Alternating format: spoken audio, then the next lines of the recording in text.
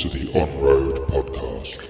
Welcome to episode 3 of the Onroad podcast. We have a special guest joining Ant and I on this episode. We've got David Spashett. Welcome, David. Good afternoon. Hello. And of course, we have the lovely Ant Lock here. Hello. So, let's do the news. Over to you, Ant.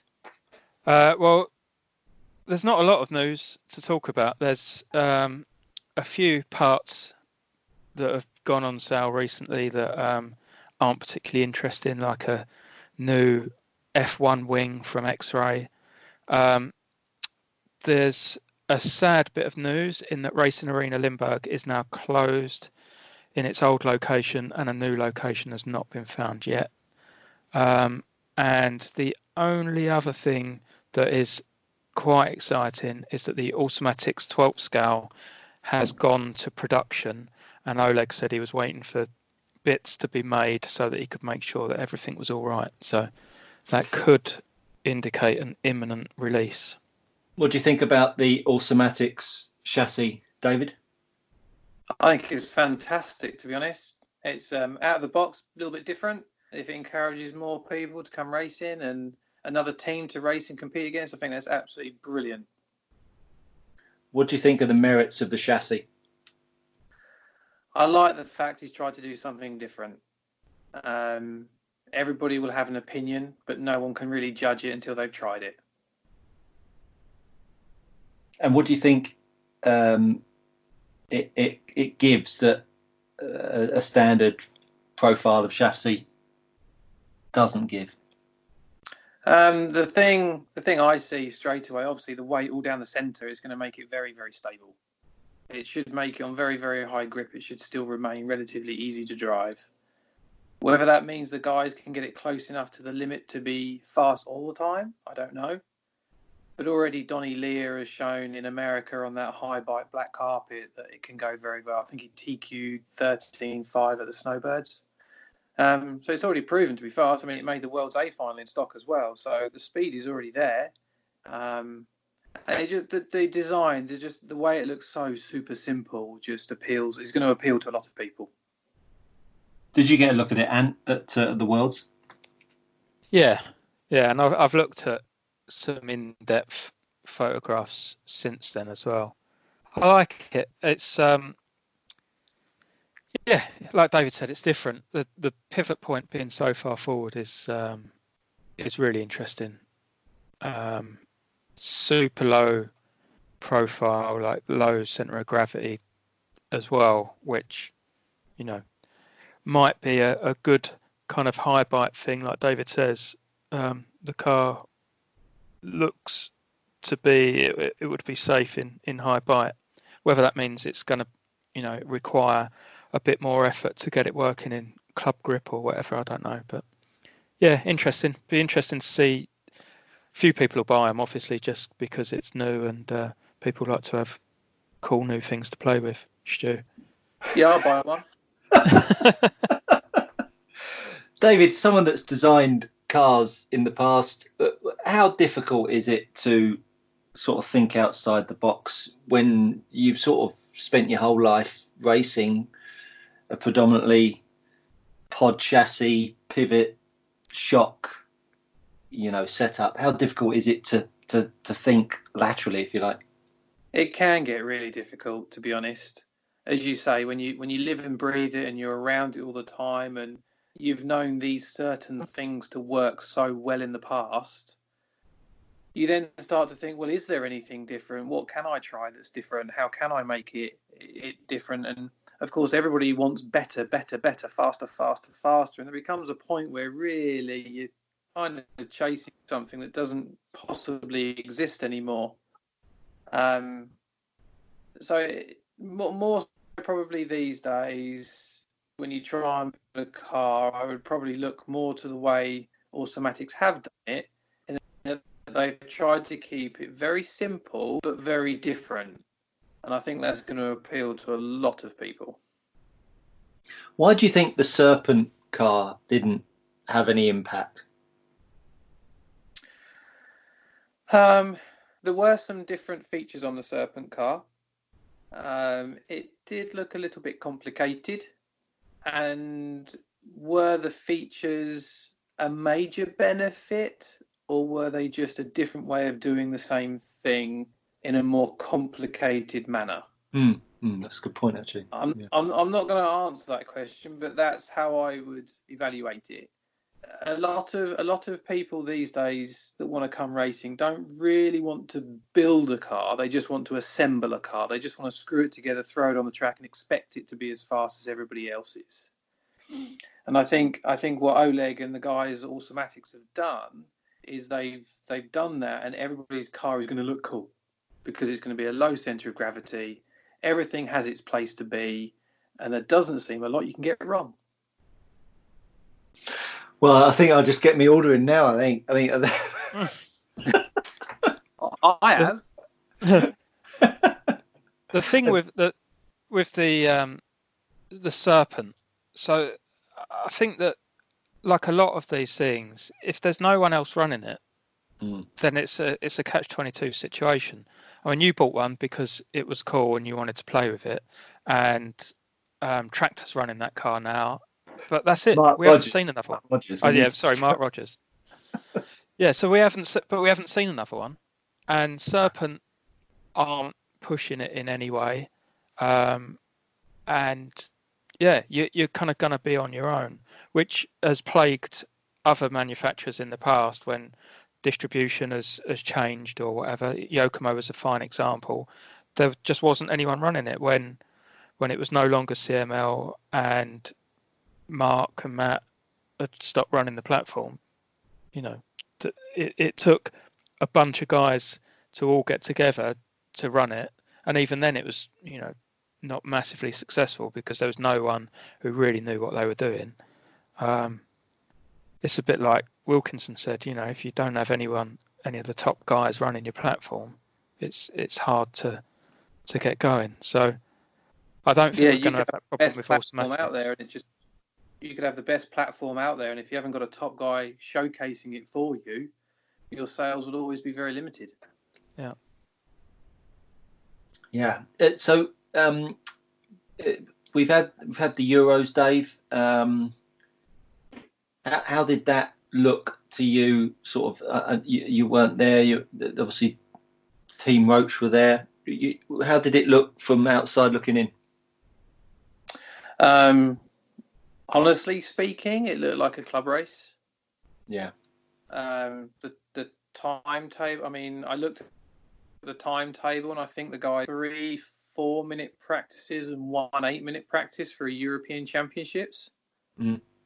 I think they still did get 5 rounds of qualifying and 3 finals. So 5 rounds, 3 final, 8, 9, maybe 10 full 8-minute runs, and you're there for 4 days. I'd have been a little bit if I'm honest, I'd have been a little bit disappointed with that, considering the entry was so low. The racing in the finals was still very good, obviously. The A final in stock, they were very entertaining and modified. Hagberg got his stuff together and just disappeared.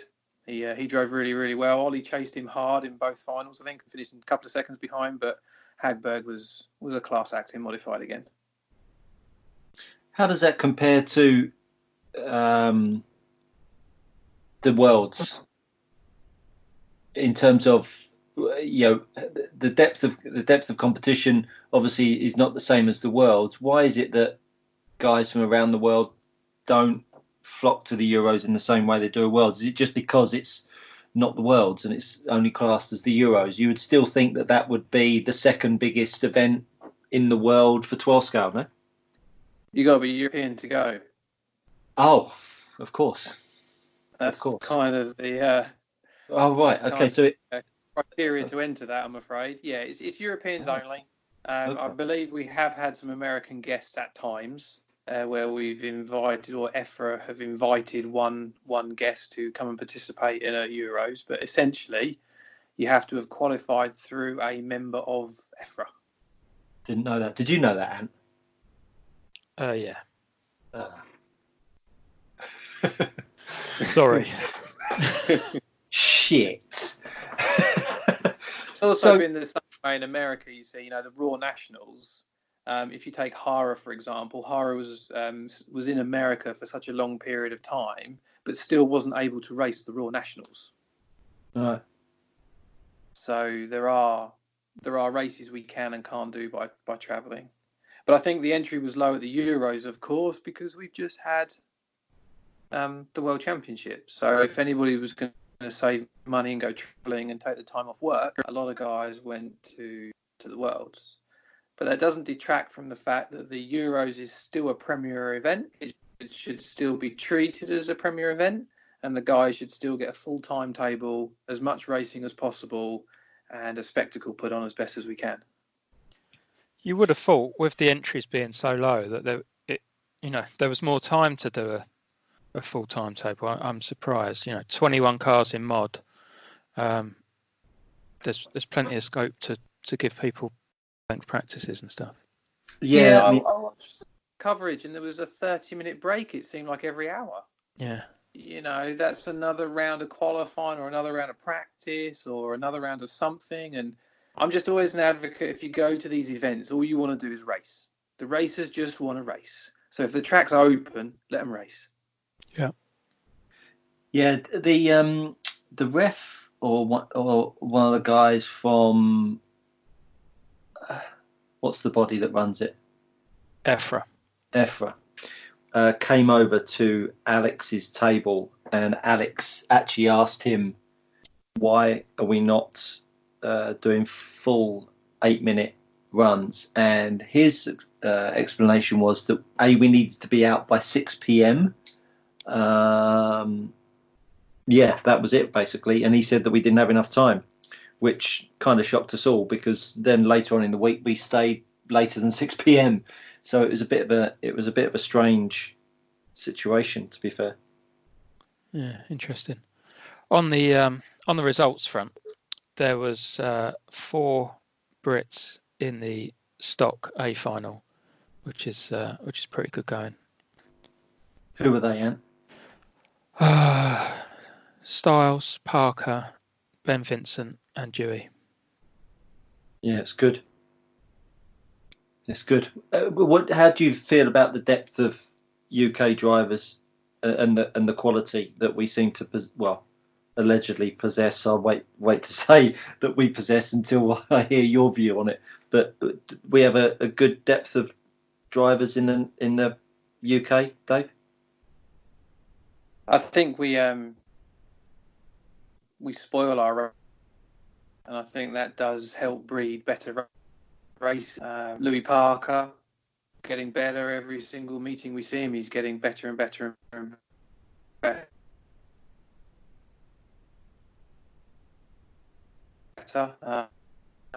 You could put 4 or 5 of them in the European A final straight away. So yeah, we do have a good level of racing in the UK. I think it's one of the best in Europe, to be honest. And the nationals obviously all done now. Talking about when you go to a European Championships or World Championships, you're just trying to get as much racing in as possible. Why should that not be the case, do you think, at nationals when we sort of finish at 6 o'clock on a Saturday? Why can't we do an NYGP where Donny leaves the track open until sort of midnight? Obviously, you can't do that at a leisure centre, but the leisure centre's open till 10 and the track is still free to be used. Why is it that we couldn't see something similar applied to the nationals? I think we could if you have the agreement of the centre. So if you take Chesterfield, for example, they actually do close at 7:30. Right. But I agree with you. If we can run longer, we should run longer. Tamworth, for example, is a school, so they have to have a caretaker on site that can only do a 12-hour shift. So we've only got 12 hours worth of racing. Eastbourne, for example, we have the hall for as long as we wish. We could stay later if we want to, and we have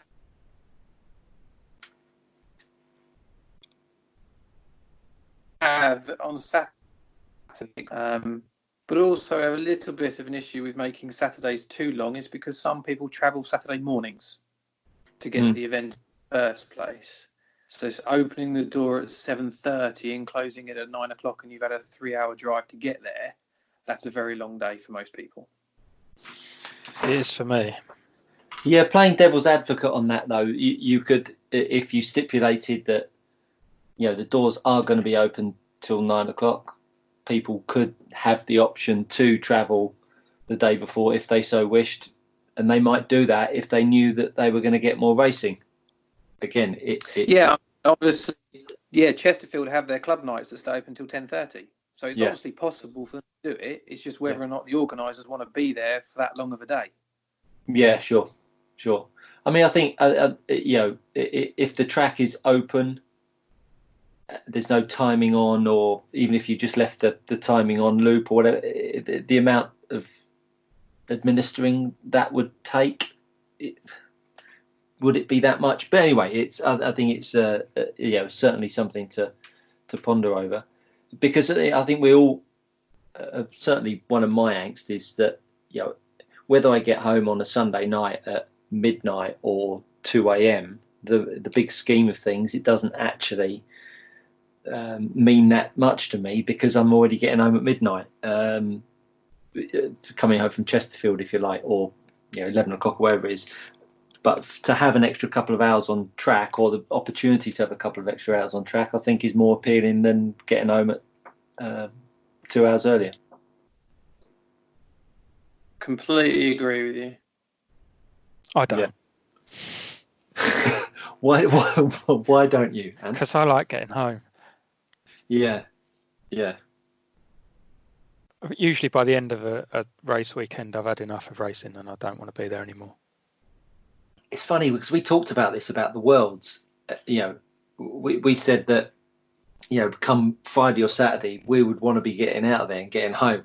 Didn't feel that way at the Worlds, but yet on a Sunday evening of a national, driving down the M1, you're ready to slit your wrist. Mainly because I'm in the F final or something, but didn't feel that way at the Worlds.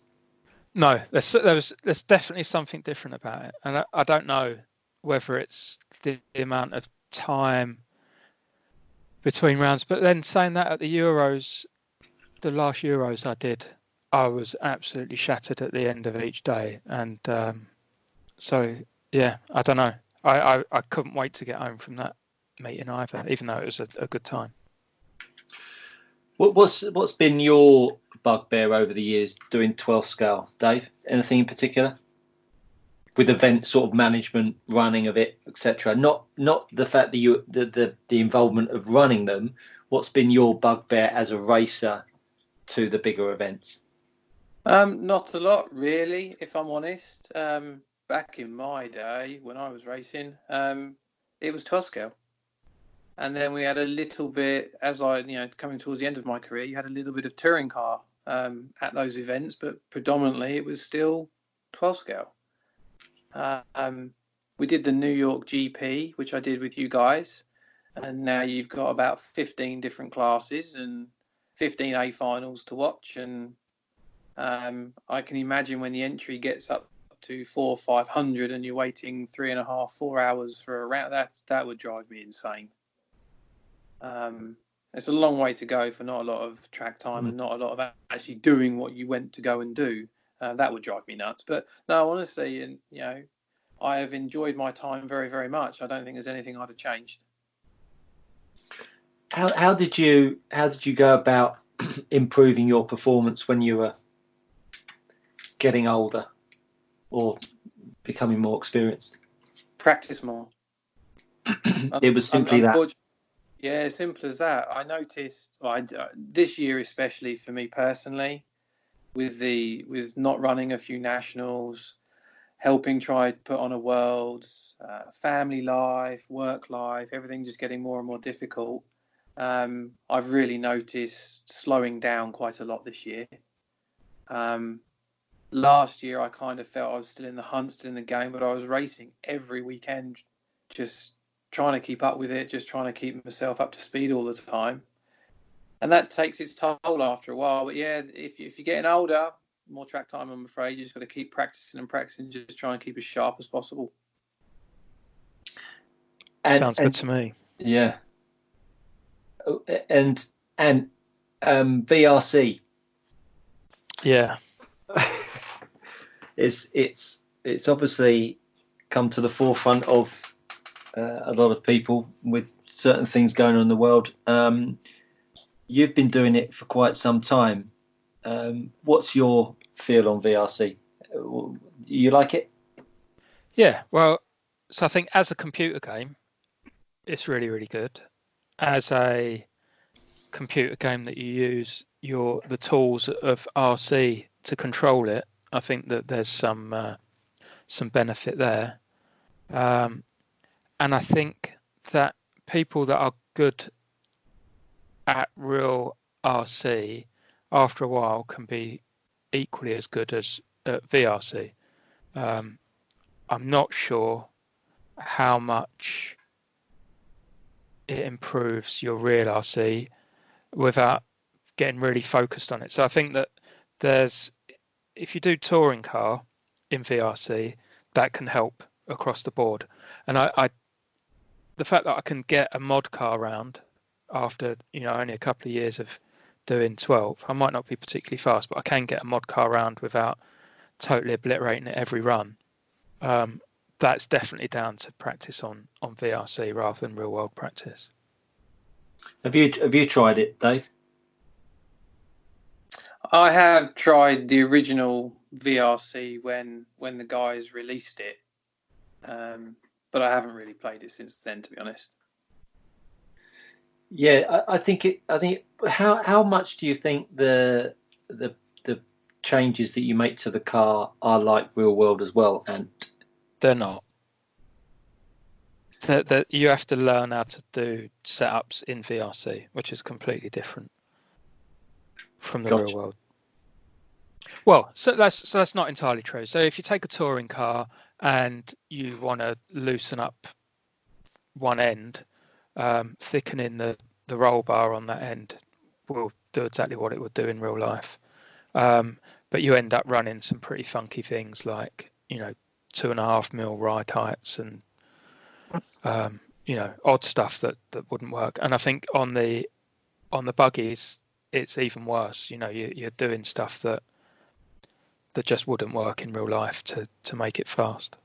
But it's more about tweaking, understanding what each setting does, and then tweaking from where you are, rather than having a thing where, like in buggies, for example, if we go to a carpet race, we know that we want to run 1 degree or less rear toe. Outdoors, we want to run 2.5, 3 degrees or whatever. That you can't go into a VRC setup and just know that that's what you need to do. Yeah, I've found it quite engaging with just having the control in my hand and feeling the same emotions when I'm on a good run on VRC as I do at the track.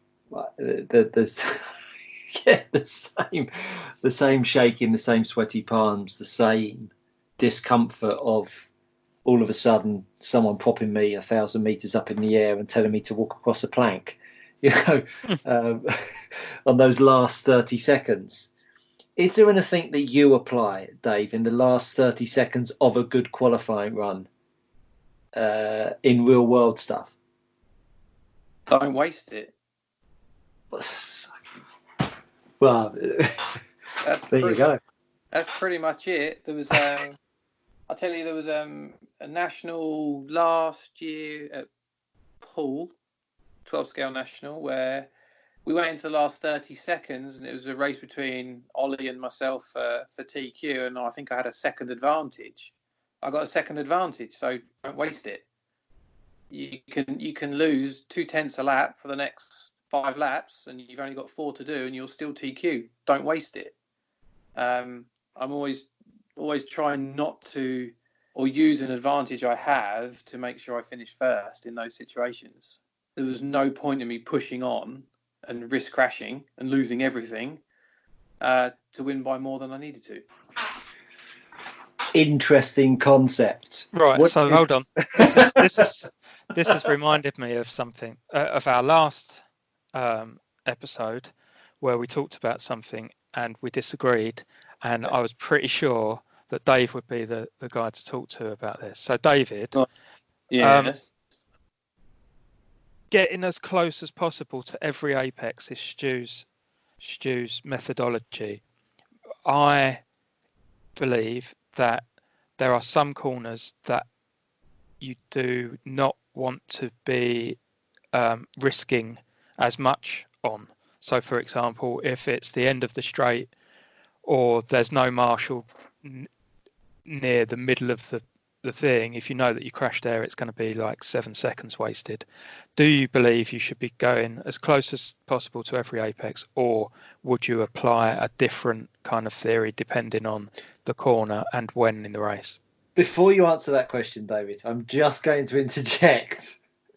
Before you answer that question, David's last thought was for the last 30 seconds not to waste anything. So he would probably be giving everything a slightly wider berth. Going back to the start of the run, where you've not had, there is nothing to protect, would you apply Ant's philosophy? I already know the answer to that.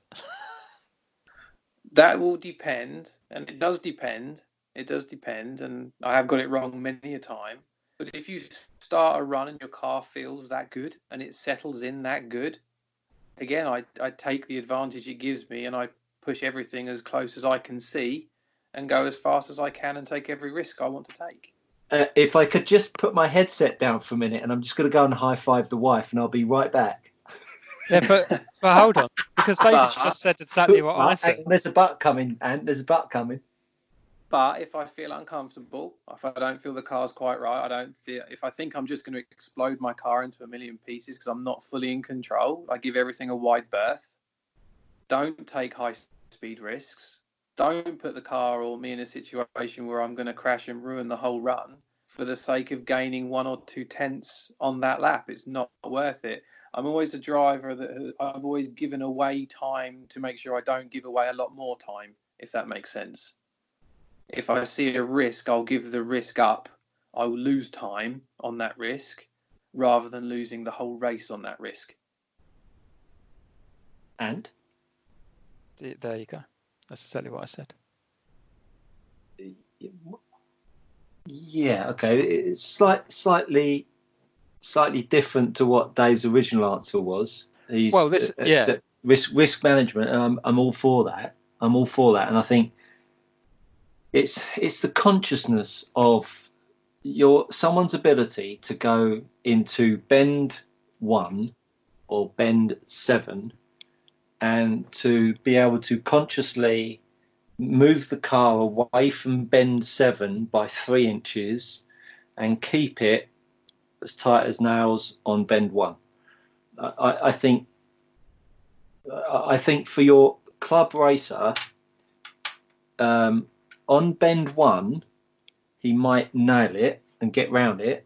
On bend 7, his interpretation of giving that bend 7 a wide berth, he might hit the outside barrier, because I think the level of car control across the field isn't good enough to give it an extra 2 or 3 inches. So I think you would end up losing more time for giving bend 7 a wide berth than accepting the risk and just going for it. I don't believe that. As a average to not, bottom half of the field 12th driver myself, there are many an occasion where I thought, I'm quite a way out from the turn at the end of the straight. I'll get a bit closer to that, and then chip a little bit off every lap, and then just smash to smithereens, and then it's not worth it. That because it was probably only a tenth that I was losing, but visually I'm like, I'm losing time there. So but the interesting thing is that David, you said when you're feeling comfortable and your car's great and everything. Well, I never feel like that because my car always feels edgy. I think also that risk factor though, the risk factor, if you're in control, that risk factor for you should also increase during the day. You do not see, well, you probably see some people, but for me personally, I will not be risking my car in round 1 regardless. I will not be risking my car in round 2. I may risk it if it's a good run in round 3. And in round 4 of qualifying at a national, if the car feels good, I'm going to give it everything it's got. It's also not destroying your car in round 1 before you've even started the event. I think that's also something I'm quite aware of. You don't learn anything by picking up a bag of bits after round 1 and having to rebuild it for round 2. Then it's still tweaked for round 2, and then you're on the back foot, and then you've got round 3. You haven't driven the track yet. So my risk level, I guess, also probably increases during the day as well. So I think it is. No, go on, Ant. Sorry, go on. Well, I was going to say that brings us on to a slightly different subject, which is FTD qualifying and 12th nationals, and the fact that we know that you've got basically 4 rounds of practice and then 1 qualifying run. What do you feel about round by round and FTD? I've never been a fan of round by round ever, I'm afraid. Round by round for me only works when the track is consistent for the whole round. And the problem we have at nationals is the track is not consistent. Even for the whole round, it's not consistent. Therefore, it's not fair on races in an earlier heat versus the top guys, to say, in the last heat. Yeah. It is a little bit segregated by our formula system, which helps because we have a Formula 2A final and a Formula 1A final. So you are down to, say, 3 heats of variation of grip level. So I'm not necessarily a big fan of round by round. I think if you take touring car as an example and it rains in round by round halfway through a round, that round's a joke. You've got some guy in heat 5, 3 laps off of TQ pace, is now TQ the round. Yeah. So round by round for me doesn't work. It isn't a fair way of qualifying for me until the track is stable. When the track is stable and the grip level stays consistent and the speed of the track stays consistent, then round by round I think you could have it. So on Sunday, at our UK Nationals, for example, the track has been pretty consistent all day. You could TQ the meeting in round 1 or round 4, and the track has been pretty good. But on Saturday, if you weren't very good in low grip, for example, in round 1, and then in round 2 you still weren't very good in low grip, and then round 3 you still put in 4, you put a blinder, and you had a good run, TQ'd the meeting, and you're not in the A final, is that fair? Well, are you really finding the fastest person that day? Arguably, yeah. I think that ignoring the change during the round. So say we had 3 formulas and the change within a formula was acceptable, because you only got two or 3 heats. I think that the person that can do well in all of those grip conditions over the day is the best driver. They may not be the fastest in one particular situation, which is the round 4 grip. My answer to that is we are racers trying to go as fast as possible. I like to credit the person that's the fastest, not the person that's the most consistently average. And of course, you've got another implication to round 4. You go into that like you would do in a final set of tennis, a final round of golf, the last over of a cricket match, knowing that you have to deliver at that given moment. And you've got 8 minutes to find the best that you've got and have been able to come up with on that given day, rather than someone drip feeding results. It's a difficult one. It is I see the pros and cons for both. I do see the pros and cons. I think at our nationals on Saturday, round 3 and 4 are pretty consistent. You can make the A in round 3. and you've got a better chance of making the A in round 4. But it's still possible. But what also round by round does is, we spoke earlier on about the risk factor that we give our chances during the race. All of a sudden, you can't take round 1 easy. You've had potentially only a 6-minute practice because they cut practice short. You're then being told, send it at 100% for the next 8 minutes, because this is now round by round and it counts. Send it. And in round 2, you've got to be 100% committed. You have to get a result, and you have to get a result every round in round by round, because you have to take points away from your competitors, and you have to gain your own points to get yourself further up the grid. Would you enjoy it more if you did round by round, Ant? I don't know. I don't know about 12 scale, because I mean, the point about changing grip over one round makes, I hadn't thought about that. But when we race buggies and touring car indoors with, fairly consistent grip, I do prefer round by round. Yeah, I've really I enjoyed. agree with that. Yeah, You I've get to enjoyed throw round by away. round. You get to throw away one round. I don't think that anyone's on full send in round 1. You can see the times do it massively ramp up during the day to, round 4, everyone is on it, especially as everyone's having to do well in that. It doesn't take away the fact that you've still got to do well in the final round to either bump yourself into the next final or secure your place or whatever. So I think the feeling is the same in round 4, but I do feel much more involved during the day. I don't at 12th National, I don't even look at the results sheet until round 4. Yeah. The other thing that round by round does as well is it promotes competition with your competitors during that race. Rather than you racing the clock and racing yourself, you're more racing each other for position. You're less likely to jump out of the way of someone that's on a good run. Yeah. Qualifying. You're less likely to marshal better and faster if it's round by round qualifying.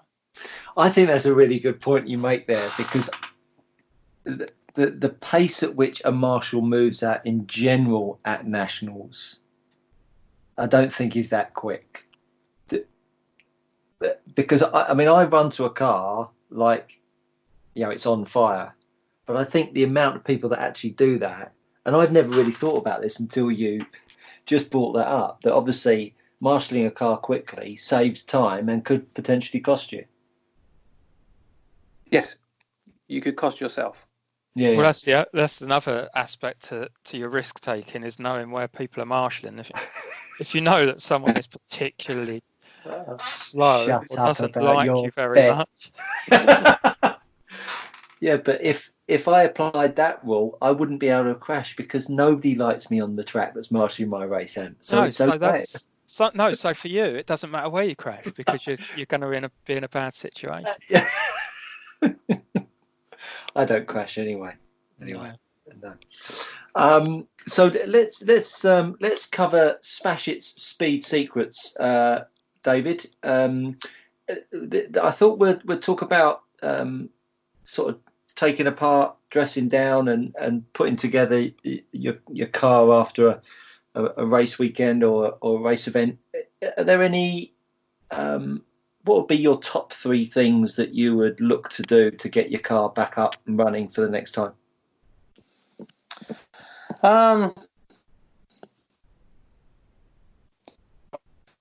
Scale's pretty easy to keep running at a decent level. Bearings, always check those. The amount of rubber and tyre dust we have, I always take the motor out of the car and give it a good clean, make sure the sensor board is free from any dirt or anything. Always do that. And refresh the oils, which I normally do in the morning of the event anyway. So redo damper tubes and shock absorber and stuff. I normally do that in the morning of the event. The other things I always make sure I take care of before an event and never at an event, if I can help it, is make sure my tyres are in good condition, make sure they're all trued, make sure they're all sorted, so I know what I've got in the box ready to go. And just make sure I have enough body shells so I'm not floundering around trying to repair something that really should be thrown in the bin so I can keep racing. By doing that from meeting to meeting, generally I keep myself going quite well. Yeah, there was, I think it was Chesterfield, where the shock horror of you actually drawing some tyres at an event. It was I did actually draw some tyres at an event for the first time in a long time. Yes, long time. Yeah, it's obviously a bit of a pet hate to have to do that. You just like to be fully prepared. Yeah, I think that was the first meeting after the Worlds, I think. Yeah. And I think my interest level to actually get my own race gear out of the shed and actually prepare it was at an all-time low. And yeah, we ran Hagberg's Hot Race Hagberg's on Saturday, I think, and then we switched over to I can't remember which way it was, and switched over to S-foam or something, and I hadn't trued enough tyres for the weekend, so I was short. So I had to go and skim some pairs of tyres to make sure I could finish Sunday on the same thing all the time. But again, you see, that just takes half an hour, 45 minutes out of your day of prepping stuff, doesn't it? And if you can do that at home, that's half an hour extra you can just spend checking over your car. Yeah, and the other thing I do between meetings, if I've had an accident in the final, which recently has been quite common, just make sure all the metal works flat. And there's no point rocking up to the next meeting with a piece of metal work that's bent that you can't find the tweak in the car all day and just waste your days racing. Well, they're good tips from Spashett's Speed Secrets, sponsored by Zen Racing. So looking ahead, obviously it's a bit of a tough time for us all. Don't want to particularly mull over what's going on in the world, because I think we've all fed up to the back teeth of thinking about it and listening about it. Obviously we've had an introduction of rubber tyres to 12 scale. And what are your thoughts on the rubber 12 scale? My initial reaction was the same as a lot of people that have been running 12 for any amount of time, and that was, I have no interest in that. It will be horrible.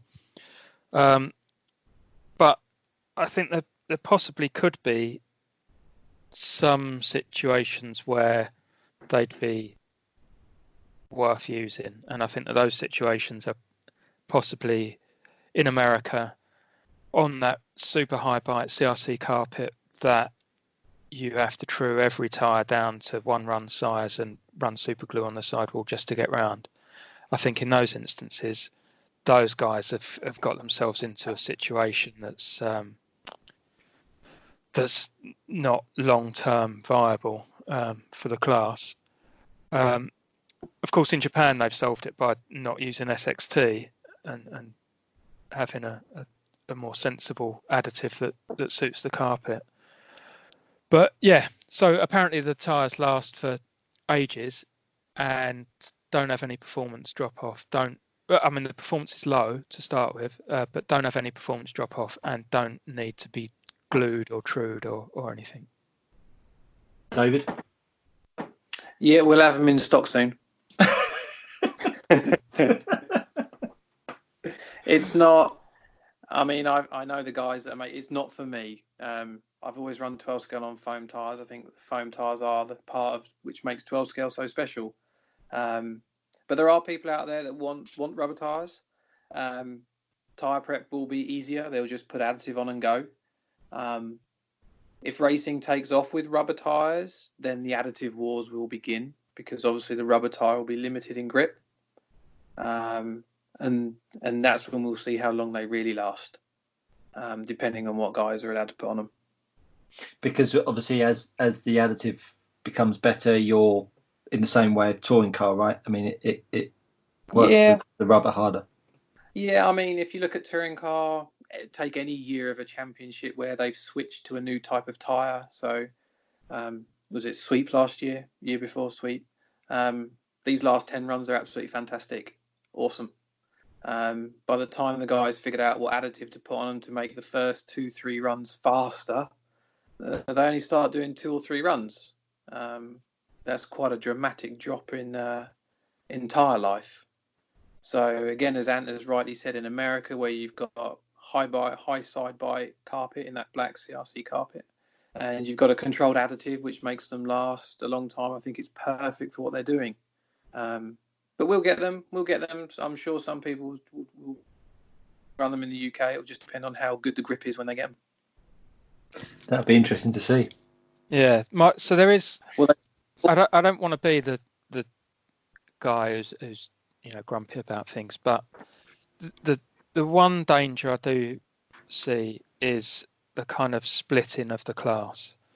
And David talked earlier about the American races with a billion classes and 15 classes, 15 A finals or whatever.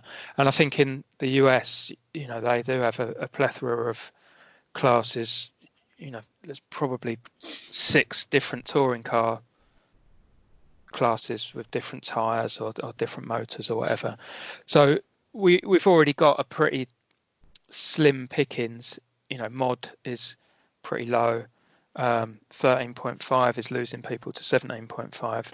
I would hate to see a rubber tyre class appear at National and we end up with 4 or 5 classes of 20 people each. I think that would be a really bad scene. I think America have been quite clever in the way they've introduced it with, is it 17.5 GT class? Yeah. The weight limit's slightly higher, I believe. And obviously they've limited the speed. So again, they've kept it quite simple on those tyres. And I think there will be a limit of what you can do with those tyres. I'd like to see a car in mod try and run them. But yeah, we'll see. We'll see how it comes. We'll see how it comes over.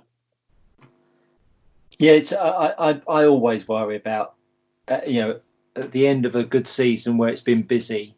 I get worried, like Ant, that 17.5 comes in and then something else comes in, different rules for this and different rules for that. When things are going along really nicely, I think that's always my fear. And of course, it's up to the members to put forward these ideas and get them voted in. I always worry that it doesn't take too much to just tip the needle in the wrong direction, and then you see numbers dropping it quite quickly, because I think the whole F grading thing on a Saturday, I don't think that's worked, and I think a few people feel the same way, in that you can have a good weekend as an F2 driver, but yet you can't get into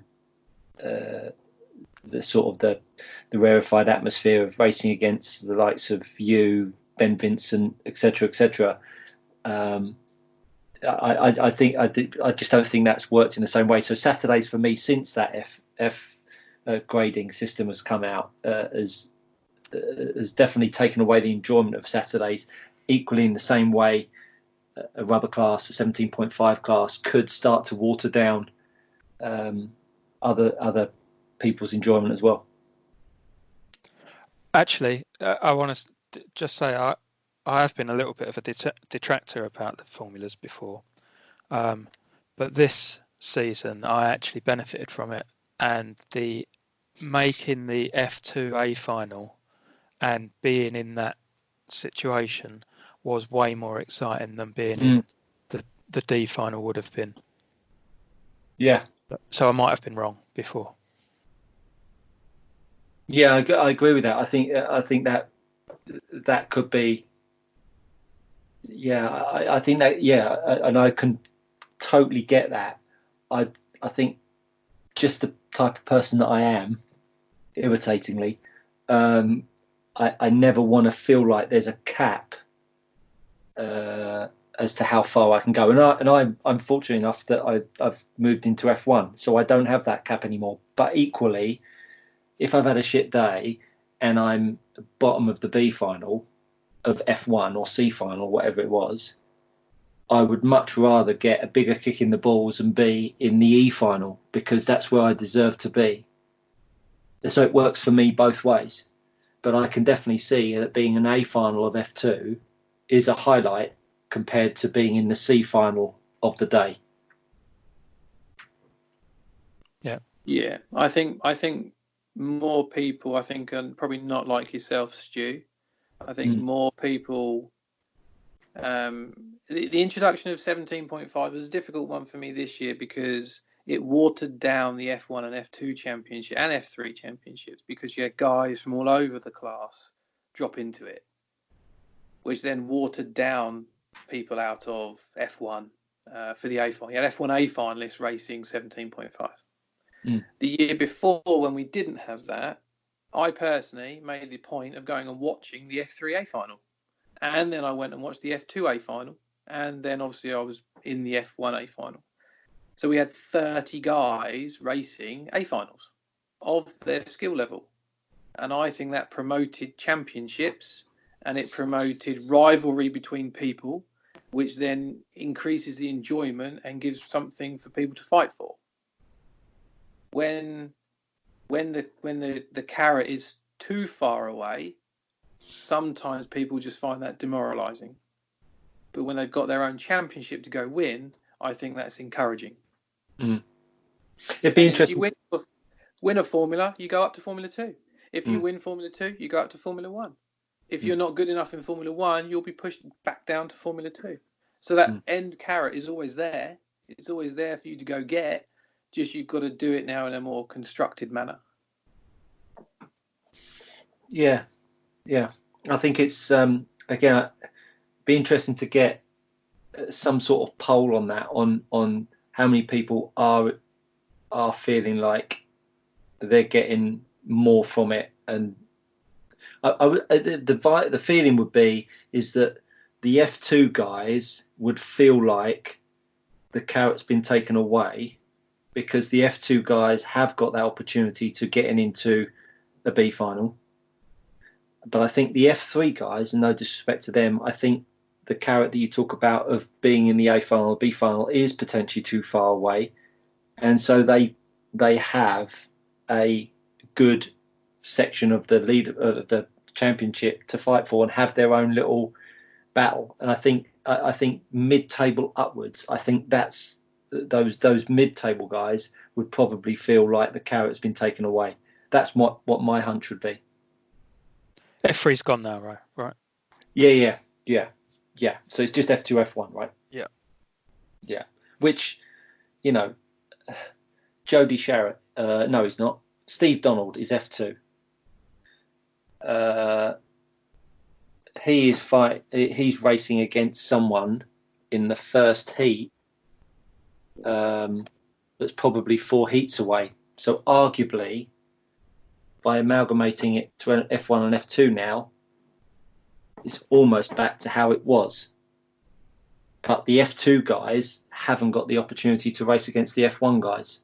And the F3 guys haven't got anyone, they haven't got an opportunity to get into an A final because the A final is too far away in F2. So actually, by only going F2, F1, you've actually made the problem worse. Yeah. Now you're arguing against yourself. Yeah. No, not at all. I'm saying that the F2 guys can't. So Steve Donald can't get in the B final or the A final of F1. So he allegedly, and he's not said it to me anyway, that he is disgruntled because he can't get into F1. The people that you were saying that had a championship within the championship in F3, those guys have now been taken away because they're now massed in with Steve Donald and all the other F2 guys. So the people at the bottom of that were F3 that had their F3A final, that is no longer, and they're now back into F2C final, whereas previously they had F3A final. So people you would prefer F3 to be of a smaller group, or sorry, F2 to be encourage the F3s, but then everybody in F2 would become F1. No, I'm saying go back. If you're going to have it as you are, have it as F1, F2, F3. Okay. You've still got 3 categories at the moment. Someone that's in the first heat of F2 hasn't really got too much hope of getting in the A final of F2 because the gap is too big. But when it was F3, the person in Heat 1 and in Heat 2 were fighting out the A final for F3. Yeah. So you kept And the only way we can do that is to all race the same class. And get rid of 17.5, which should never have... The only way Yeah, I mean, I don't. I mean, I get I understand it when you're talking about, we're all getting a bit older, a bit slower. I think taking away the 17.5 and making those guys and girls then go and support GT12 would be a better way to go if they feel that it's too fast for them, because ultimately GT12 is slower, more lethargic, better if you're a little bit slower, arguably. So I think I just don't think there's any place, in my opinion. I don't understand the 17.5. Going back to Steve Donald, yeah, being in the top 4 of F2, he could move into F1. Yeah. He could nominate himself in there. Yeah, and I'd be shocked if he didn't move up to F1. But he's, because of where he is, let's say he's had a summer of huge progress, and then October comes around, he's slammed into F2, and then he does well, but he doesn't go forwards and speak to someone about his F2 grading, and he spends the next 2 nationals not enjoying it. But what he ends up doing is, do you know what? I'm not enjoying that because I can't battle it out of the F1. I'm just not going to bother going, so I'm going to go back home, and doesn't attend. That's one person that you've lost because you put a limit on what he can do and can't do. Or go and speak to someone and get moved up. Or at the beginning of the season. Is what we had last year. Yeah. They're going to ask him if he wants to be in F1. Yeah. If his aim was to be in F1, that's a goal of his, or it sounds appealing, then he's going to go into the season going, oh, I've made F1. All that hard work has paid off, and I've made it. But it's not like if we went into a single formula class, he's still going to be 40th in the list and no incentive to become 30th. Sorry, say that again. I didn't get that. So he's 3rd in F2, right? If he moves into F1, he's going to be at the bottom of F1, which is, I don't know how many people, 40 people say. But he's only 3rd in F2 because of potentially not excelling up into maybe 25th on any given Saturday where he's done better than his F2 grading would have allowed him. Yep, okay, I can see that.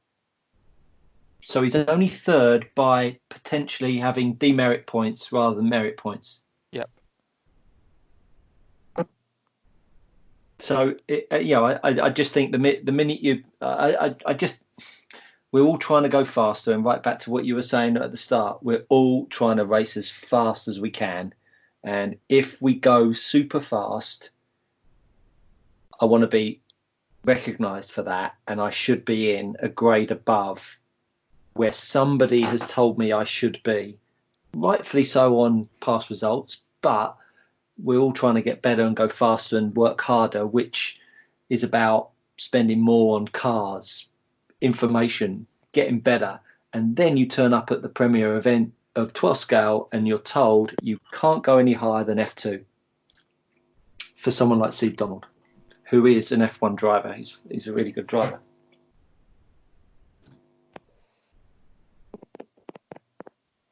So I think we flogged that horse. Yeah. Anyway, anything else you would like to cover, chaps? No, nothing else from me. Sorry, say that. Anything else you'd like to cover, Dave? Have a chat about? No, not really. Not really. That was a good. It was a good hour. Yes, absolutely. Well, Dave, obviously you're may I be so bold as to call you a veteran of the class. Thank you. Thank you.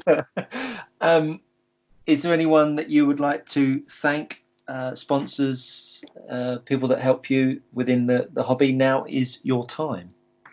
No, thank you. No, thank you. No. Okay, cool.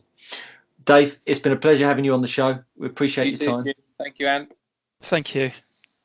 Cheerio. And, cheerio. Interviews. Next on the show, a man that we all know and love, the chairman of the 12th section, Peter Winton. Welcome to the show, Peter. Guys, pleasure to be on. Yeah. We spoke back at Chesterfield, I think, after we did our first Onroad podcast, and you very kindly said that you would come on the show. So good to have you on. So it's been we obviously the world has changed over the last few weeks, but we'll maybe talk about that a little bit later. What's your history with RC racing, Peter? It goes back to 1976 when I first got involved racing a car with a friend of mine at work. So we bought electric car between us. I had the radio gear because I used to do model boats. And the nearest club, we were out in Brentwood. I was working for Ford at the time. We were out in Brentwood. And the nearest club was Alexandra Palace. So I can't remember what evening of the week it was now. It just goes to show what things were like in those days. We used to get in the car in Brentwood with all the stuff in the back and drive from Brentwood to Alexandra Palace to get there at about 6:30. And that didn't involve sneaking off work. And Alexandra Palace at the time, the hall was huge. I mean, just enormous. And they used to lay a track out, and each race was 10 laps. And then stuff started to come in. People went overseas, and we got Igarashi motors came in and better batteries. And before you knew it, some of the guys were getting round 10 laps in about 2 minutes. And so it went up to, I think it was a 4-minute race, and then it went to 5. And then years later, it went to 8 as we all race now. So I did that. And about 1979, I moved house. And the Alexandra Palace Club had actually moved from Ali Pali and was running in Watford Leisure Centre.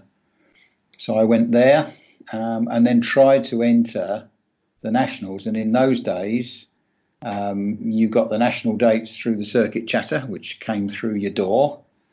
And there was an entry form in the back, and you had to fill in the entry form and send off a check. And then you either got a reply that said, yes, you're in, or in my case, for about a season and a half, you got your check back saying, sorry, no places. So I think my first national was about 1981, something like that. I was 4 years old then, Peter. Ah, well, there you go. And now look what's happened.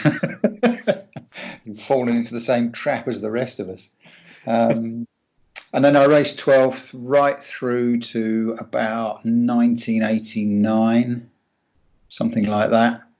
But I have to say, at that point, I really couldn't sit in the hall with the additive anymore. It was an additive called Tractite. It originated from a guy who worked at Rolls-Royce, a guy called Dave Towell, who worked in the light alloy foundry, and it was a liquid that was used by the moulders to set in the rubber parts of the mould, and it softened the rubber parts of the mould so that they could get it inside and get the sand around it. And Dave saw that and took a bottle of it home and stuck it on his tyres and suddenly found he had a load of grip, and then he started selling it. But it was evil stuff. It was noxious stuff, horrible. And as I say, in the end, in an unventilated hall, within, a couple of hours of turning up for the meeting, I had a headache. And so in the end, I gave it up, and I chopped my car in, and I bought an off-road car. I can't remember what my first one was, but I did off-road for many, many years, until about the middle 90s, something like that. Yeah, it must have been slightly before that, perhaps. Anyway, but then I moved jobs a couple of times in the recession of 92, 93. And then I think I picked it up again. A little bit of, I did a bit of touring car. When touring car started, I did a little bit of that, and that would have been in the late 90s. Yeah, something like that. And then I came back to 12 scale in 2003. They asked me to referee at the European Championships in France, down in the south of France near Lyon, and I went down and did that. And a young chap called Phil Davis said to me, "Why don't you come back and race?" And Phil was a very persuasive character, and I couldn't find a decent excuse, so I went back racing, and I've been racing again since 2003. So that's my story, really. Well, it's my story of my racing. Also, in that time, I was many, many moons ago secretary of the 12th section for a couple of seasons. When was that? That would have been in the late 80s. I knocked around helping out the BRCA. I was BRCA editor for a while, producing the circuit chatter on a Mac SE30 with, what was it called? Adobe Publisher, I think it was called, something like that. And from 94 to 98, I was chairman of the electric section for IFMAR. And then for the last, I think it's 5 years, about that, five years or so, I've been chairman of the 12th section again. So, well, not again, I've been chairman of the 12th section. So that's sort of my RC history. And beyond Excellent. That, memory is a little fuzzy, so please don't go into detail. Well, this is a bit of a random question, but you talking about doing a bit of off-road reminded me. Did you commentate the Worlds when it was held in the 90s in Essex? Yes, I was. In fact, did I commentate it? Yes, I did. That's right, because, yes, I did the commentary. I can't remember the name of the guy who was the race director. And now I can't remember the name of the lovely lady who was in race control, who did everything else, and without whom it would have been a complete disaster. But yes, I did. I also did the commentary for the Worlds at Romsey in '87. You're such a nerd, fan. Where did you pull that out of? Well, no. So I was watching the video, and I heard the commentator, and I thought, oh, that guy sounds like Pete. So now we know. It was me. So, of all the things that have changed over the years, tyres, additive, lipos, brushless, what do you think was the best or the biggest change, and is anything that you feel has been detrimental to the sport? The biggest change. That's a really good question, and which is my speak for let me buy a little bit of time while I think about this. I think slightly off the wall. My first thought, as soon as you asked the question, my first thought was going from 6L to 4Cell in 12th, because that was a huge change, which was accompanied by basically, this will be the end of the class. No one wants to run this. It will be awful, etc., etc., etc. And of course, it wasn't. For what reason, Peter? Why did everyone think that? Because they were going from 6Cell. So you can imagine when I started 6Cell 35 turn. If you were lucky with the cells we had then, you could probably do a 28 turn if you could find one. 30 turn was quite common. Now, I don't remember what the last 6Cell motors were, but the point was the wines were getting lower and lower and lower, less and less turns. And because the battery capacity was going up and up and up, although even in those days, going flat was not an issue, that was easy. Anybody could do that. I mean, I can remember Dave Spashett turning up at a meeting in modified, and most of us were running like 18 or 19 turn motors, and Dave stuck a 13 in his and still made it last 8 minutes, the bugger. And that's what he did to practice. You know, he put a monster motor in there and drove it to 8 minutes. But the point was the battery capacity was going up and up, the cells were getting better and better, and the cars were missiles. Now, today, if I put 13 turn 6 cell down, people would go, okay, is that the new 17.5 class then? But, you know, back then, they were just so fast. And, you know, the tyres weren't that good, the chassis weren't that good. It was difficult to keep them on the island. So they decided to go to 4-cell to slow everything down.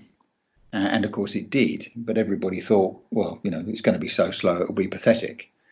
But of course it wasn't.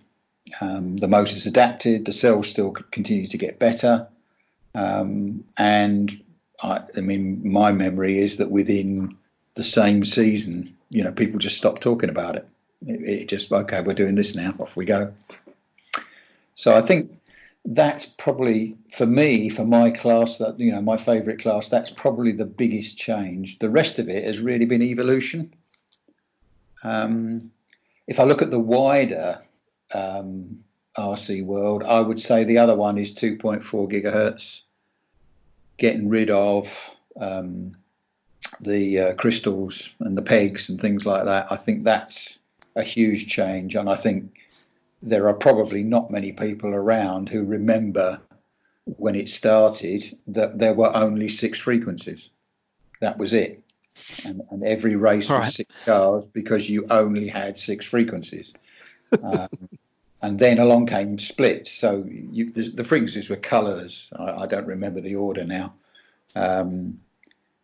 On the 27 meg band, but the reason that there were only 6 was because that's all the electronics could deal with. The electronics could not deal with a narrower, can't remember what it's called now, but there's an offset between the transmitter and the receiver, and I can't remember what it is, but it doesn't really matter.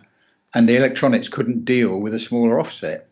Then the electronics got better, and so we had them what was called splits.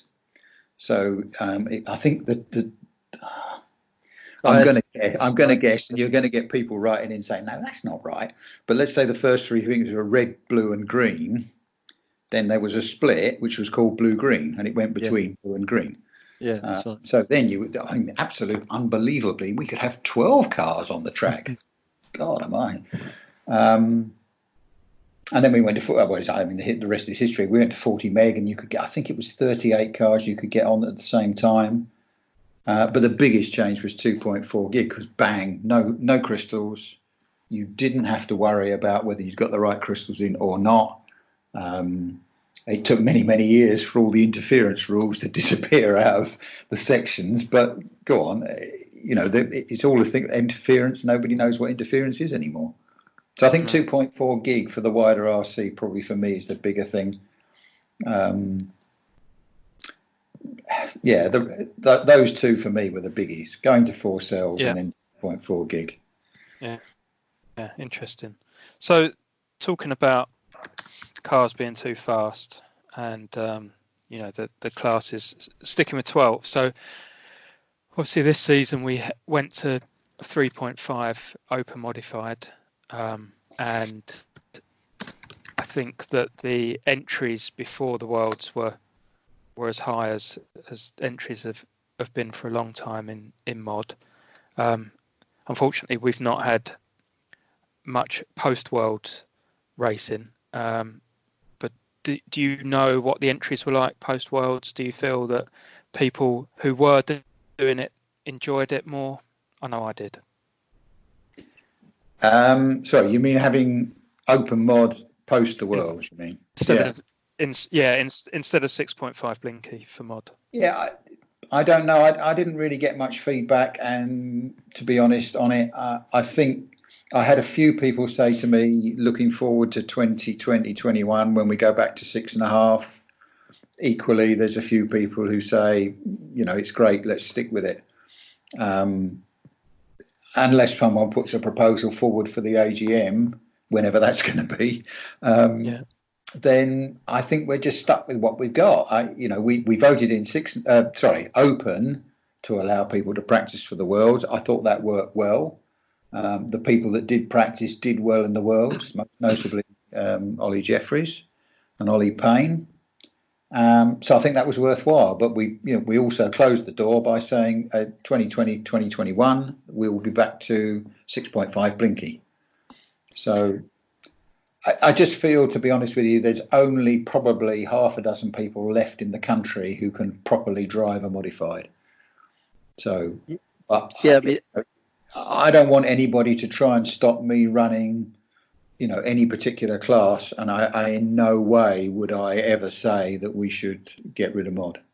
No way would I ever say that, because that's not my call, and I wouldn't want anybody to try and stop the classes that I like. So why would I try and stop their class? So I think the build up going into the Worlds for 12 scale has been, ever since it was announced that the Worlds were coming our way, and then the opportunity to get people to run the 3.5 open, it kind of all played into the same hands of that excitement of trying something a bit different that many people hadn't. I mean, 3.5 I had a go at. I know lots of people had a go at. Ants loved it. Mark Rogers, so many people have enjoyed the 3.5, and I think that the aftermath of the Worlds, people sort of coming back to 6.5, you could see potentially an influx going to 6.5 because it's maybe just slightly more manageable. But I mean, you could arguably say that there's a case for people still wanting to go down that train of 3.5. Has the Worlds developed a new appetite for 3.5, do you think, or do you think it should go back to 6.5? What's your personal view as opposed to a proposal? I don't think it's developed an appetite, and I think you've seen that in the entries. The entries are less than half what we were getting for 6.5. So I don't think there's an appetite there for people to run it. I think it's great when it is run, because it takes a lot of the top guys out of the sport class, and the sport class is much closer fought. And you've seen that this year when Dave Spashett decided he was not going to do 3.5 mod, and he did the sport class and he just walked it, which is a reflection of David, clearly. So I think if you put people like David back into a 6.5 blinky class, it makes sport more interesting for the people that are running it. And there's always some really good battles going on with people like Mick Farrell and Matt Rice, Ben Vincent, Mark Jewett, and now Andy Smith as well.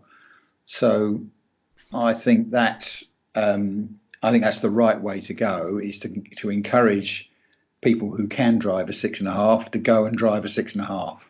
And if having 3.5 means that they don't do that and they come back into sport, I think that doesn't help the people who like to run sport. So that's my view. If it were me, then, and I was at the top of sport, I would appreciate it if people like David and Ollie and all the others were running 6.5, because then there's a better battle at the top of sport. Yeah, Sundays had a slightly different feel about them with Dave not running 3.5. I thought it felt a bit odd, and I think that's a really good point you make. That transition from the guys on Saturday moving to doing 6.5, it's kind of what you're used to, isn't it? And I think that's obviously a nice battle for people to have, without Daves and Ollies and whoever else that might be running mod on Sundays. So how did the Worlds play out for you, Peter? How did you feel it went from the BRCA perspective, showing off 12 scale and showing what the sport's all about? I thought it was just superb. I thought it did everything it set out to do.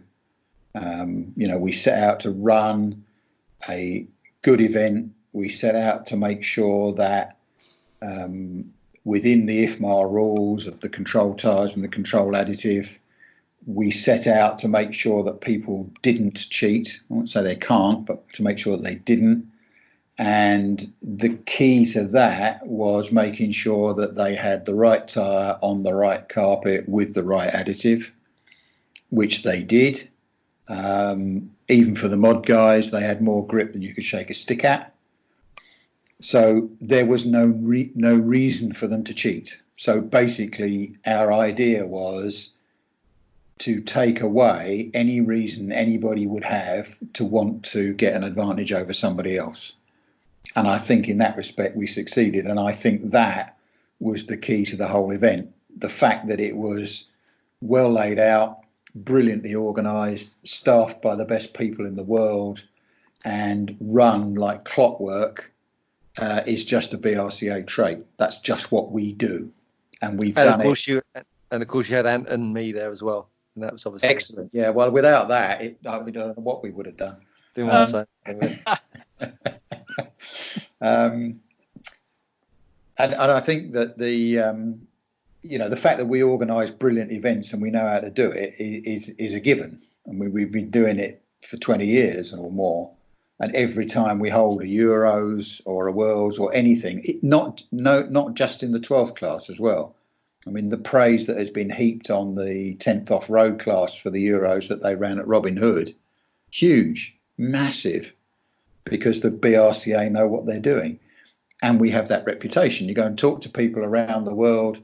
I mean, even Frank Calandra, he came in and he was talking to David and to me, and he just said, whenever someone says the BRCA are organising it, we all know we're going to get this, don't we?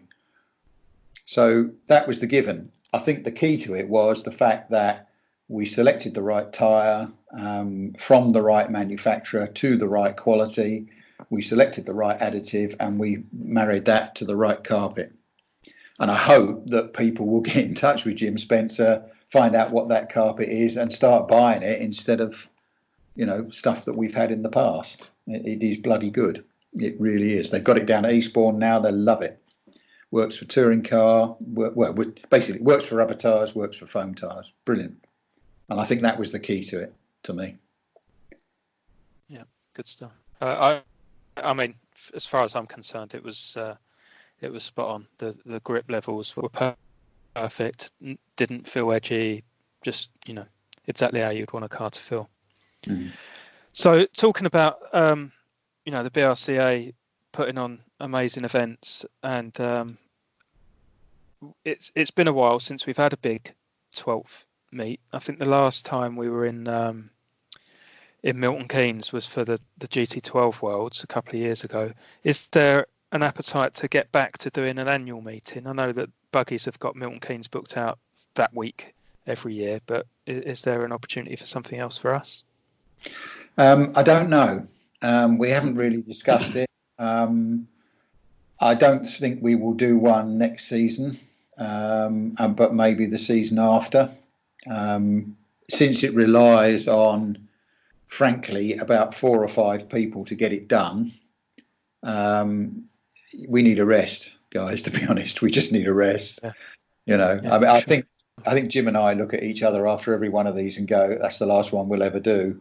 And it never is. It never is.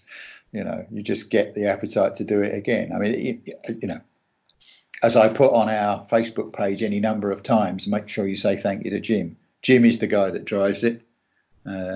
He has just an endless appetite for doing it when he's got the bit between his teeth.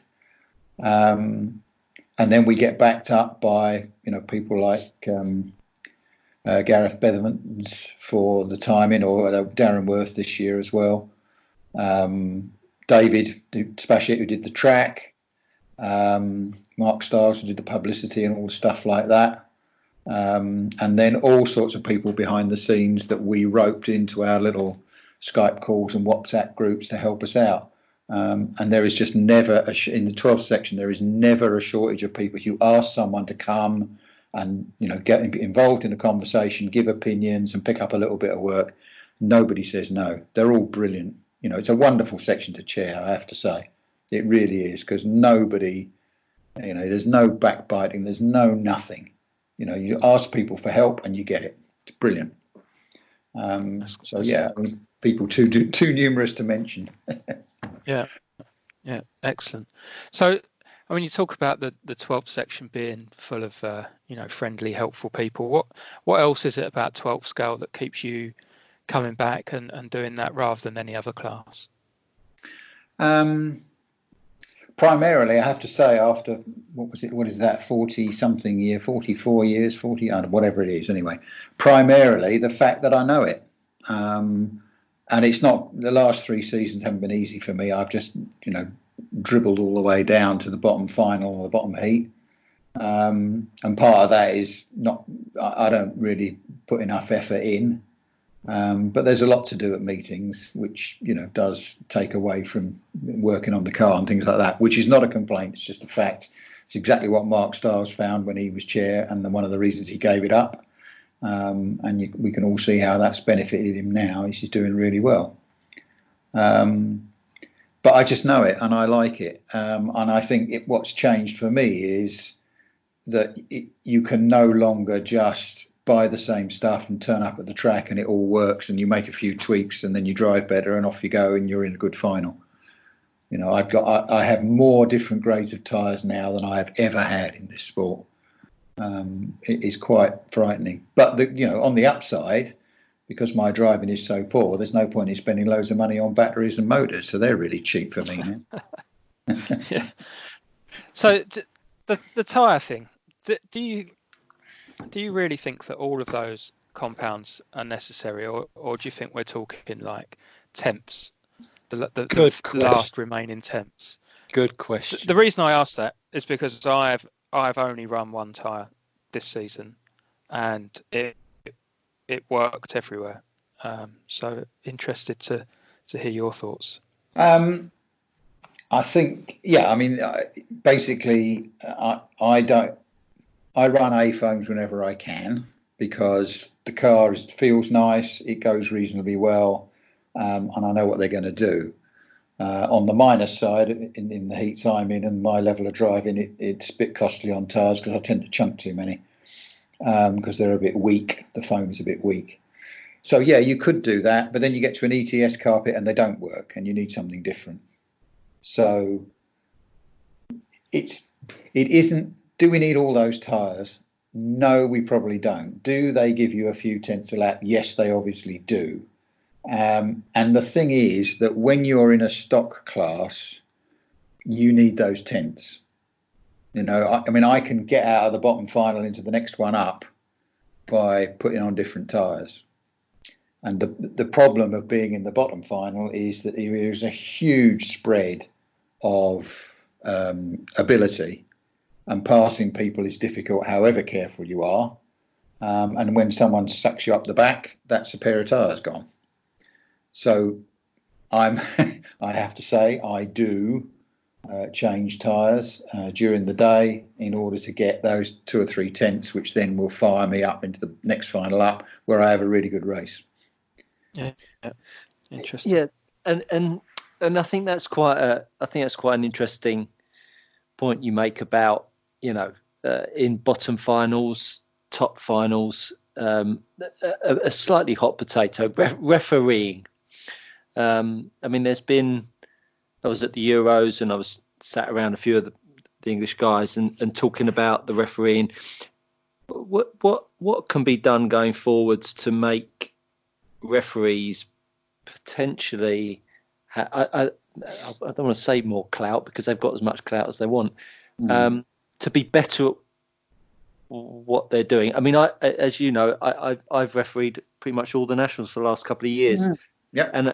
And I definitely feel in a better place now to call it as I see it and give people stop and goes and stuff like that. But I think there's guys that are new to it that even though they're in a lower final, doesn't reffing a lower final doesn't necessarily mean that the people that are committing situations on the track shouldn't be reprimanded in the same way as someone more experienced, and equally in the top finals, people not being refereed to the level that they should be refereed at. So is there something that the committee or something that is thought about to make that process a bit better?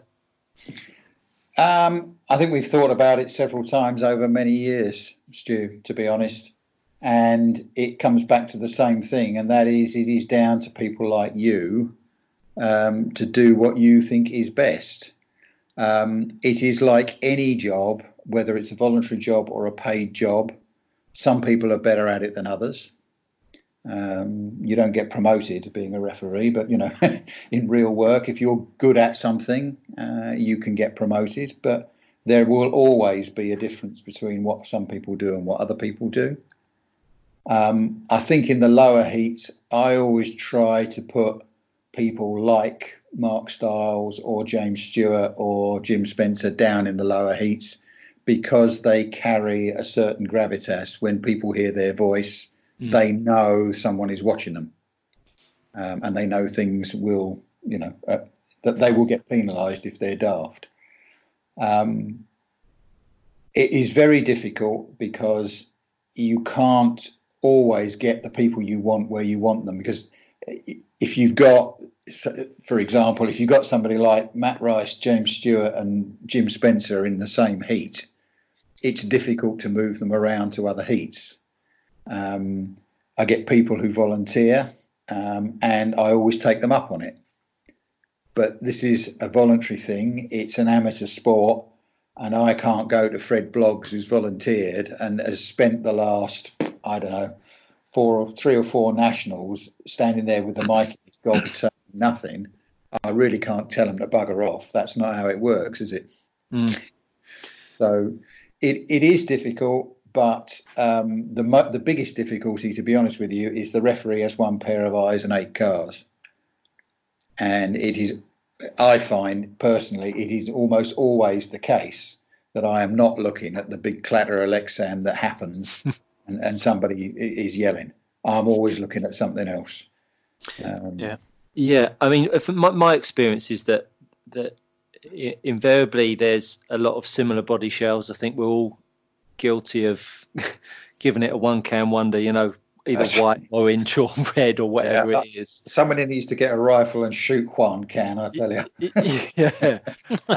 But also I think the numbers are really hard to see. I think it takes you, particularly if you're doing a final, all of a sudden you're thrown in amongst a load of cars that you don't necessarily recognise, and you can't quite see the numbers. And as you say, if there's only one of you standing up there, I think it makes it really quite tricky to call it for 8 minutes. And I think you're never going to get that situation solved amicably, because there's inevitably going to be someone that's been in an incident that you haven't seen, as you rightly said. So I mean, I don't.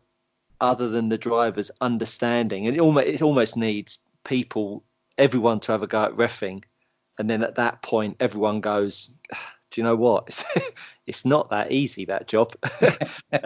You know what I mean? You almost people need to experience it before they can actually give a ref a bit of a hard time. But have you got any thoughts on it, Ant? What you would suggest?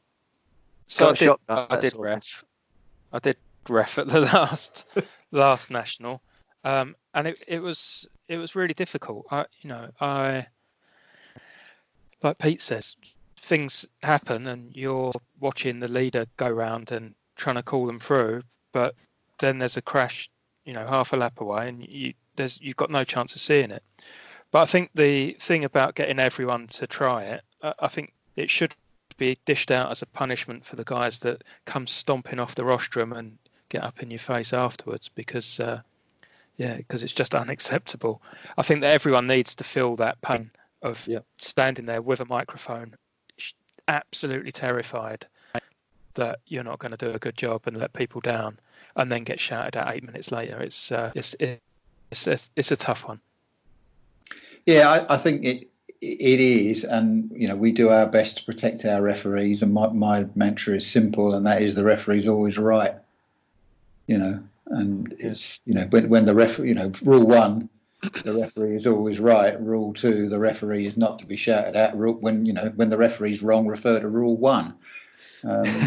Yeah, and inevitably, I think the person that feels like he's had a bad run of it, so he's had 3 finals where he's got whacked out, and then the 4th final when he whacks someone, he goes nuts to that. I'm not waiting, I'm off, because the last 3 times where he's got whacked and he's come off poorly, in the 4th time that he's the 4th occasion where he's whacked someone out, he then takes it upon himself to just drive off, and now he feels like he's above the rule book. Yeah, and so it's so difficult. And I've definitely seen people, as we all have, having a whinge up, and then 3 races later they've done exactly what they've moaned about 2 races before.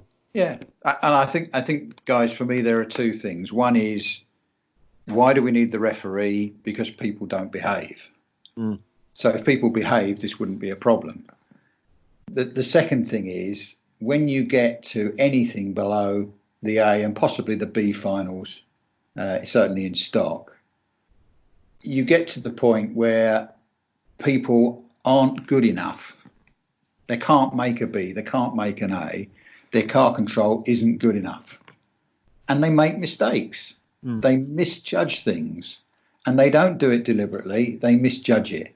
And when you look at the act, when you're certainly from my perspective, having refereed, Euros, Worlds, all sorts of things, the cars have a body language, and you can tell from the body language when something's going to happen.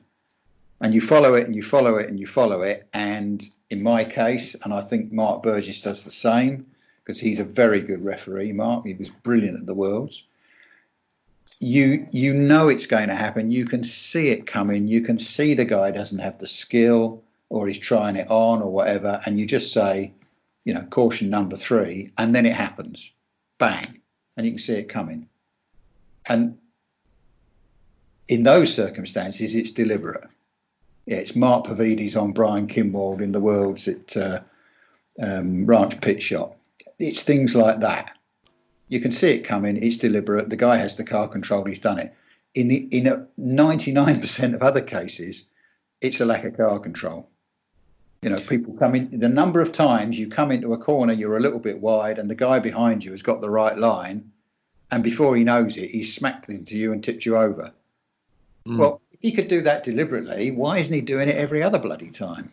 And the answer is he hasn't got the car control. It's just, it's just a mistake. Somebody's made a mistake.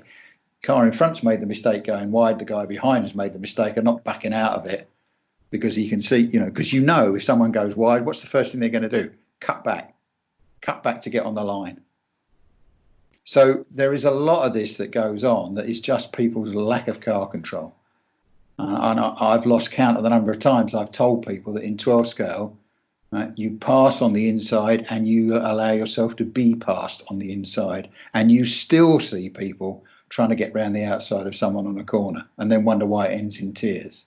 What's fascinating is that when you speak to people about the situation, they never appreciated what actually went on in that moment. No, that's right. Yes. No.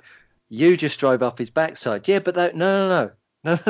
You just drove up his backside. There was no ifs or buts, and it's so funny. People's perspective. Talked about whether you actually see a car in a bend. One of the conversations that we spoke to Alex about on the show. You don't actually necessarily see the car in the bend. You see it before and afterwards, but actually that moment of truth on the apex or whatever, you just don't see it, and all you see is your car tumbling off, and you think it's someone else's fault invariably. It's a funny situation. I have often thought that if ever I was up in court and the evidence relied on an eyewitness, I would always hope that eyewitness didn't race 12th scale.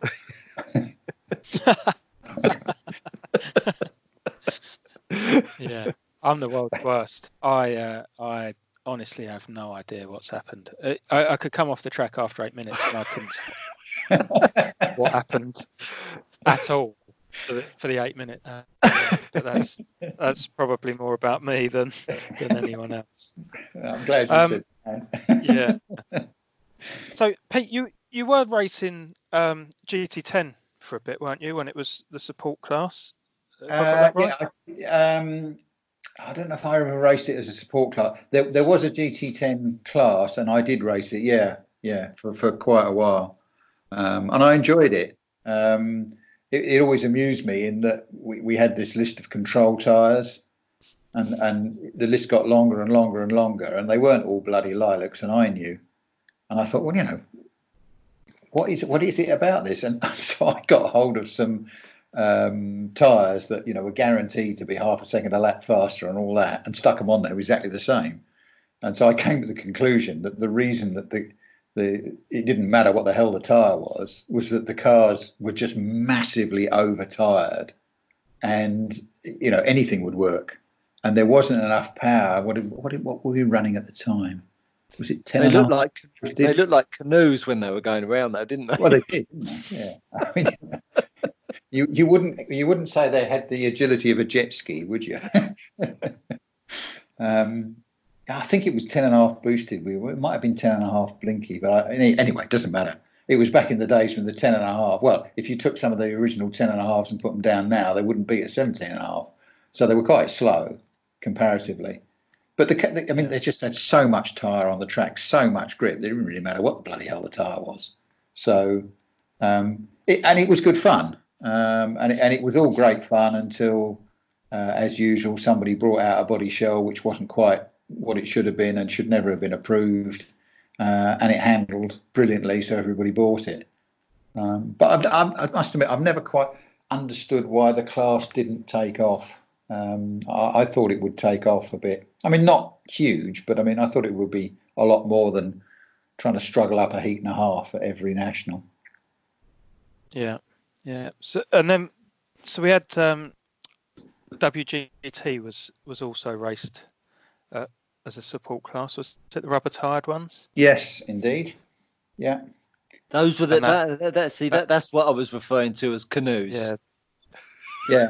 They were slightly worse, weren't they? But less time. And I just think, it's just the problem I think with the Formula One cars and with the WGTR is there's not enough weight for a rubber tyre. You need more weight than that on the tyre to get it to deform and so it warms up a bit, and you get the slip angles working, or the slip angle working. And of course with the foam tyre you don't have that problem, because the foam tyre doesn't have a single slip angle. Foam tyre's got millions and millions of slip angles with each cell, so which is why you can blat it into a corner, whack the steering over so it's understeering like mad, and yet it will still go around the corner and it will come out of the corner okay. Because that's the difference with a foam tyre. It will slide, but it's parts of it are still gripping while parts of it are sliding.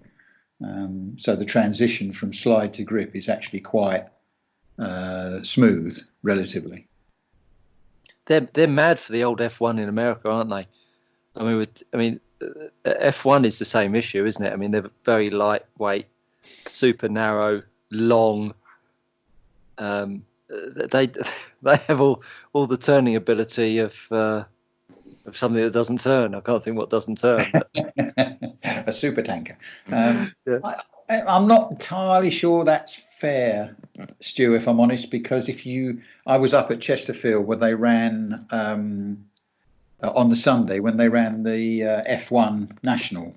Okay. So all the top guys were there. I'm going to forget all their names, but anyway, James Greener. Anyway, I'm sorry, I'm not good with remembering things as well as I was anyway. And Andy Murray was there. He got an experimental Schumacher F1. And to be fair, the top guys know how to sort them out. Mm. They really do. And although there is a little bit of throwing it at the corner and then sorting it out, one could argue that was Ayrton Senna's style. Just chuck it at the corner and sort it out. To be honest with you, it was the first time I'd seen them, and they really looked pretty good. And I spoke to, if only I could remember his name. I've known him for donkey's years. I spoke to one of the guys about it. Not Steve Lander. Steve was there. Well, I've spoken to Steve about it before, but Steve's good. No, it's I don't know. Ben Cosgrove. There you are. I got there in the end, and I spoke to Ben about it. And to be honest with you, he's saying, I think much what I said before. The difficulty is getting the cars set up, and we can give anyone a setup. But then there's driving it, and the driving style is different, and you have to respond differently. And not everybody's got that, whether they've come from touring car or whether they've come from, in other words, whether they've come from a rubber class or an off-road class where there's, more power than grip, which is a bit like the F1 cars, or whether they've come from 12. There is a driving style that makes them work. So I understand what you're saying, Stu, but if you go and watch people like Ben, Steve Lander, who's really good, and Andy Murray and things like that, you actually see cars that you think, okay, well, it is a little bit sort of, throw it in and hope. But if you can consistently adopt that sort of stuff, Keep throwing it in and keep hoping. Yeah, that's right. Well, if you're good, then they are quite good cars. But again, it's everybody wants more power. People don't want to go slow, and yet when it's one of the hardest things in RC is driving a slow car fast. People don't want to learn that. Reasons I don't understand, but they don't want to learn that. Yeah. I've made a mistake. Oh, don't worry. I've got a 3.5 turn motor to get me out of it. Whack. Oh yes, look, I've caught him up again. I didn't know you. I didn't know how Pete knows our philosophy. And I mean, I don't know. Brilliant. Well, Pete, it's been great talking to you and having you on the show. Is there anyone you would like to thank? Oh, I think I would have to thank my family for letting me do all of this stuff. I think my wife and my kids for letting me do all this stuff. That they would be the people I would have to thank, because without them letting me do it, I would never have done it. So brilliant, good stuff. Well, thanks for talking to us. It's been a pleasure. Thanks for having me on. It's been a pleasure. Thanks, Pete. It's been awesome. Good. See you at a racetrack one day. Interviews. I would have to class him as RC royalty. We all know him. He's been very successful in his career to date, and still obviously many things to come. I'd like to welcome on the show Alex Hagberg. Welcome, Alex. Thank you, Stu. It's great to be on the show. We appreciate having you on. So, I mean, I've been very fortunate enough to be around you a fair bit over the last 12, 18 months, and it staggers me the lengths that you go to help out other RC racers. Obviously that kind of comes under the banner of representing X-Ray. Is it something you enjoy doing? I mean, definitely I have a huge passion for what I do. I mean, it's been my life since I was a small child. So I love RC cars. I love racing, and I also love the social side of it and to help out other racers at the track. So I really love every aspect of it. And where did that passion come from? Obviously I've met your dad a few times now, obviously a keen supporter of you and travels a bit. Did your passion for RC come from your dad? Oh, definitely it comes from my dad. He's always been a car person. He's always been into motorsports. In fact, he raced cars himself back in the 70s. He used to race Formula 3 and rally. So he had a natural interest which spurred onto me, and I always had a big interest in cars, and yeah, that's how it started. And obviously, it's a Scandinavian thing that you guys are good at rallying and all motorsport. That obviously you didn't fancy getting involved in that. Did you just go straight to RC racing? So we started with RC when I was 9 years old. We started club racing in the city where we used to live, and we actually did go-karting for a short while, but we did realize that karting is pretty expensive, and you don't get as much out of it as you do from RC. If you don't have too much money, I think you can get a lot more out of RC. So that's part of the reason why we decided to focus on RC, and we put the karts aside. Yeah, I did a bit of karting. That's not a cheap venture, and of course, anytime you're doing something at the pointy end, obviously it's invariably how big your wallet is.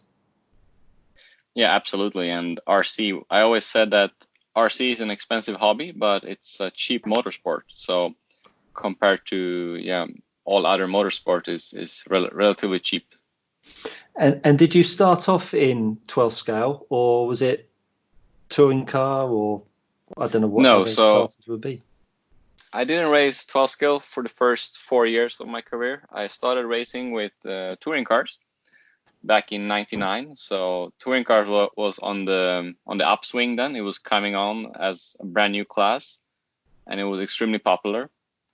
I actually did a bit of off-road racing indoors on carpet when I first started, but touring car was the big class, and that's where I started. And lots of people, when they talk about guys that go on to do great things, were you recognised early on as someone that had something a little bit more than your average club racer? Well, I had decent success racing locally in Sweden the first couple of years. What do you class decent success, Alex? So I was the junior champion of the indoor series in Sweden for the first 2 years of my racing career. So it was a indoor series, quite a few races, and I was the junior champion. And yeah, that's where the success started. And when did you progress to doing it full time? Obviously, you had your education. What did you go from education to racing, or in terms of did you go to college, or was it finish at 16 and then kicked on with your racing? So it went on to becoming a direct factory driver for X-Ray in 2005. So I was 15 years old at the time. You were factory at 15 years old? Yeah, I got my first factory sponsorship from X-Ray at the age of 15. But wow. I didn't become a paid racer. I didn't become professional until I was 21. So in 2011. And then I had the dilemma to choose whether or not to go to school or to race full time. Gotcha. And obviously I went with the latter choice. And at this point, I'm extremely happy for choosing that route. I mean, later on in my life, it might look different, but at the minute, I'm very happy with what I chose because I believe I had some good success and achieved decent things on and off the track. And that conversation when they said we'd like to employ you, were you immediately excited, or as you mentioned that education was obviously something that you wanted to consider, but did you immediately kind of want to go straight for the driving? When I grew up, I wanted to become a journalist, so I actually was supposed to go to school to become a journalist. But when I had the opportunity to race full time and get paid for it, that was also a dream that came true. So I saw it as a great opportunity that I couldn't really miss, So. And how does the landscape of racing now look in 2021? 2020 rather. We'll not necessarily talk about how it looks. Absolutely at this moment in time, but how does it look generally compared to back in 2011? So in 2011, is already pretty similar to what it is now. But let's say if you make the comparison to a few years earlier, like when I started racing, I would say now things are a lot more professional. Like the racers are more serious. They spend more time and money working on their stuff and getting their stuff ready. And back then people would just show up with whatever stuff they had and throw it on the track. But now I feel that even the club racer is a lot more professional and meticulous with their stuff, and it's becoming really serious even on a club level. That's the big difference to when I started racing, I feel. It's interesting you say that. I think even in the small time that I've been racing, from what I did 4 or 5 years ago to what I'm doing now, it shocks me how much detail I put in and the effort I put in. And I think you see that up and down the sort of championship table at national level. For someone that's doing it professionally coming in, do you ever wrestle with the emotion of feeling like, well, crikey, I don't want to get beaten by a club guy here because he's not doing it for his living? Does that play on you at all, or is that something that you never entertain? Oh, absolutely. I mean, whenever I go to the track, I have some pressure on me to perform because everybody will have their eyes on me, if that makes sense.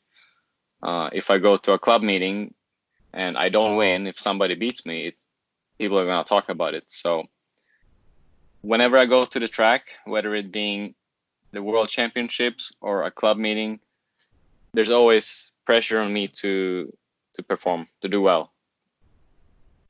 Does that make sense? Yeah, no, absolutely. Because it's, in my sport, when I was competing at golf, you would play with amateur golfers, and often you'd play with golfers that were very close to a professional handicap. And of course, the last thing you want to do is for them to beat you. So I absolutely understand that emotion and that kind of playing on your ego, personal pride, that you want to go out there and sort of stamp your authority on the environment. And obviously you're paid driver and doing it all day, most days. You want to make sure that everybody knows that you are the man, sort of thing.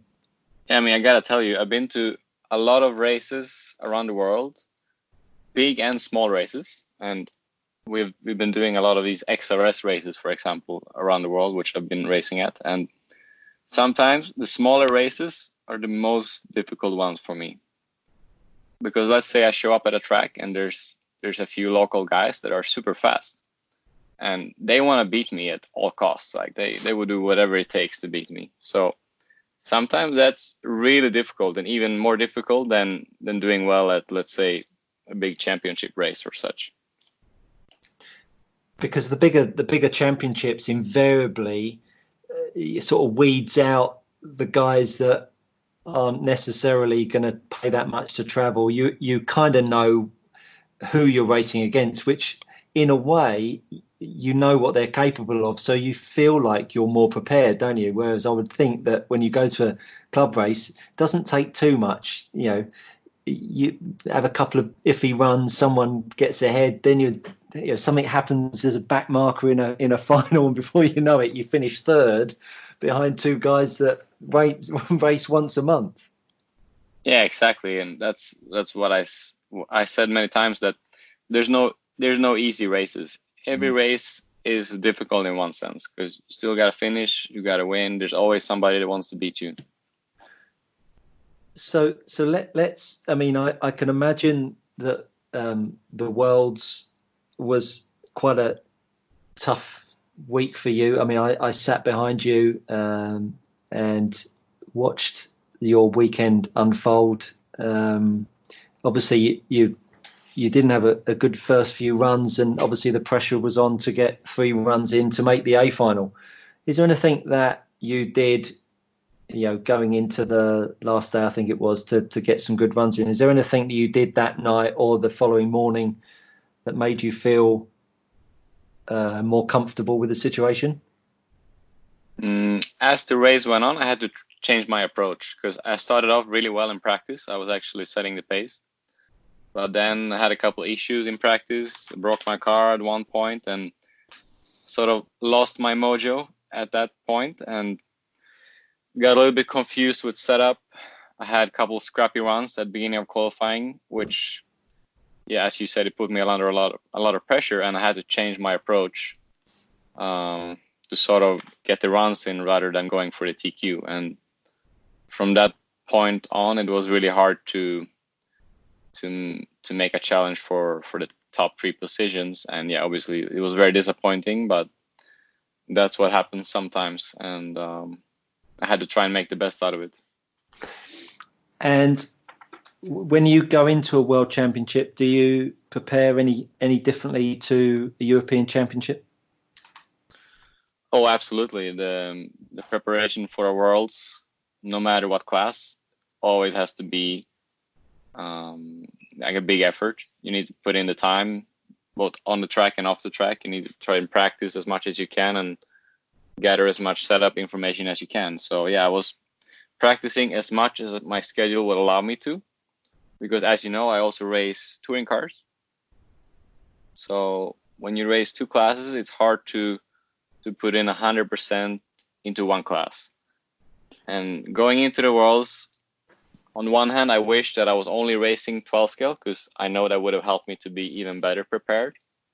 But on the other hand, I need to realize that this is my job and I live off racing touring cars as well. So it's really hard. I did the effort that my schedule allowed me to, is what I feel. And touching on touring car, how does that drive your passion for driving these cars? Is it something that you've said before that your passion is 12 scale, but obviously touring car as a platform is much bigger and widely supported. Is there a bit of a conflict there that you'd much rather be driving 12 scale full time, but appreciate the fact that actually you still need to be really on point with your touring car, because obviously that's a very big market for X-Ray? Oh, absolutely. The touring car market is the biggest market right now, and that's something I need to have in mind always. And yeah, obviously I enjoy both classes. I enjoy racing 12 scale more than touring car for the fact that I enjoy driving the car more. Yeah, the way the car handles is, to me, is more enjoyable. But I also enjoy the challenge of perfecting the touring car and facing the stiff competition which we have at all the international races, the ETS races and so on. So obviously I enjoy touring car a lot for different reasons. And with the touring car, obviously, you've gone from a 12 scale that's 2-wheel drive to now 4-wheel drive. The setup changes are obviously far wider than they are with a 12 scale, or do you have a very similar approach in terms of how you go about setting up your car for your touring car as your 12 scale? Do you have you got kind of 2 handbooks, as it were, that you'll go through certain protocols for both cars, and are they widely different? Yes, you need to distinguish the differences between the classes, but I think you can also learn a lot from racing both classes, and you can use the information that you learned and apply it to both classes, if that makes sense. But there's some significant differences. For example, in 12 scale, I feel that the car is more sensitive to tiny changes, and if it's a little bit off, then the car can go from being great to being undrivable. Whereas in touring car, it's a little less sensitive because it's rubber tire and the car is a lot heavier. So you can sort of get away with the setup being a little bit off, whereas in 12 scale, the setup window or the small details of the setup are a lot more sensitive. And with the new T4, how has that job been? Have you been able to transfer the information over to the new 20 car, or is it a little bit like learning from the start again? Yeah, so the 20 car is the biggest change in our platform which we've had in many years. I don't know if you've been following the development of the touring cars, but Yeah. The last year, sort of, there's been a transformation into the mid-motor platforms, where the motor now sits close to the center of the car. The Spurger sits in the middle.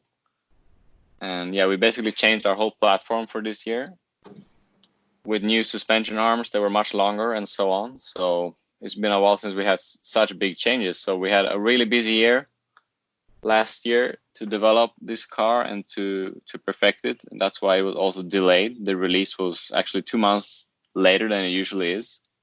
So it was both frustrating and also stressful. But in the end, I think we had a really satisfying end result. Like, the car has been really good and it's been selling really well. So we're really happy with the car, how it came out. I think that's what's really engaging with the audience, and something that X-Ray do really well, particularly, even though I don't race touring car, I follow you on Instagram, and the story behind the launching of the T4 was really interesting, seeing how you go about the prototype bits and what you're changing. And even if you're not involved in touring car, it does make you engaged with a different class at whatever level. And I think that's something that maybe manufacturers that are quite cautious about revealing new products, etc. I think that story is something that really drags you into, do you know what, actually I've heard so much about it, I've seen so much about it, actually I want to go out and give it a try, and it makes you almost get sucked into the story by buying the product because you've heard so much about it.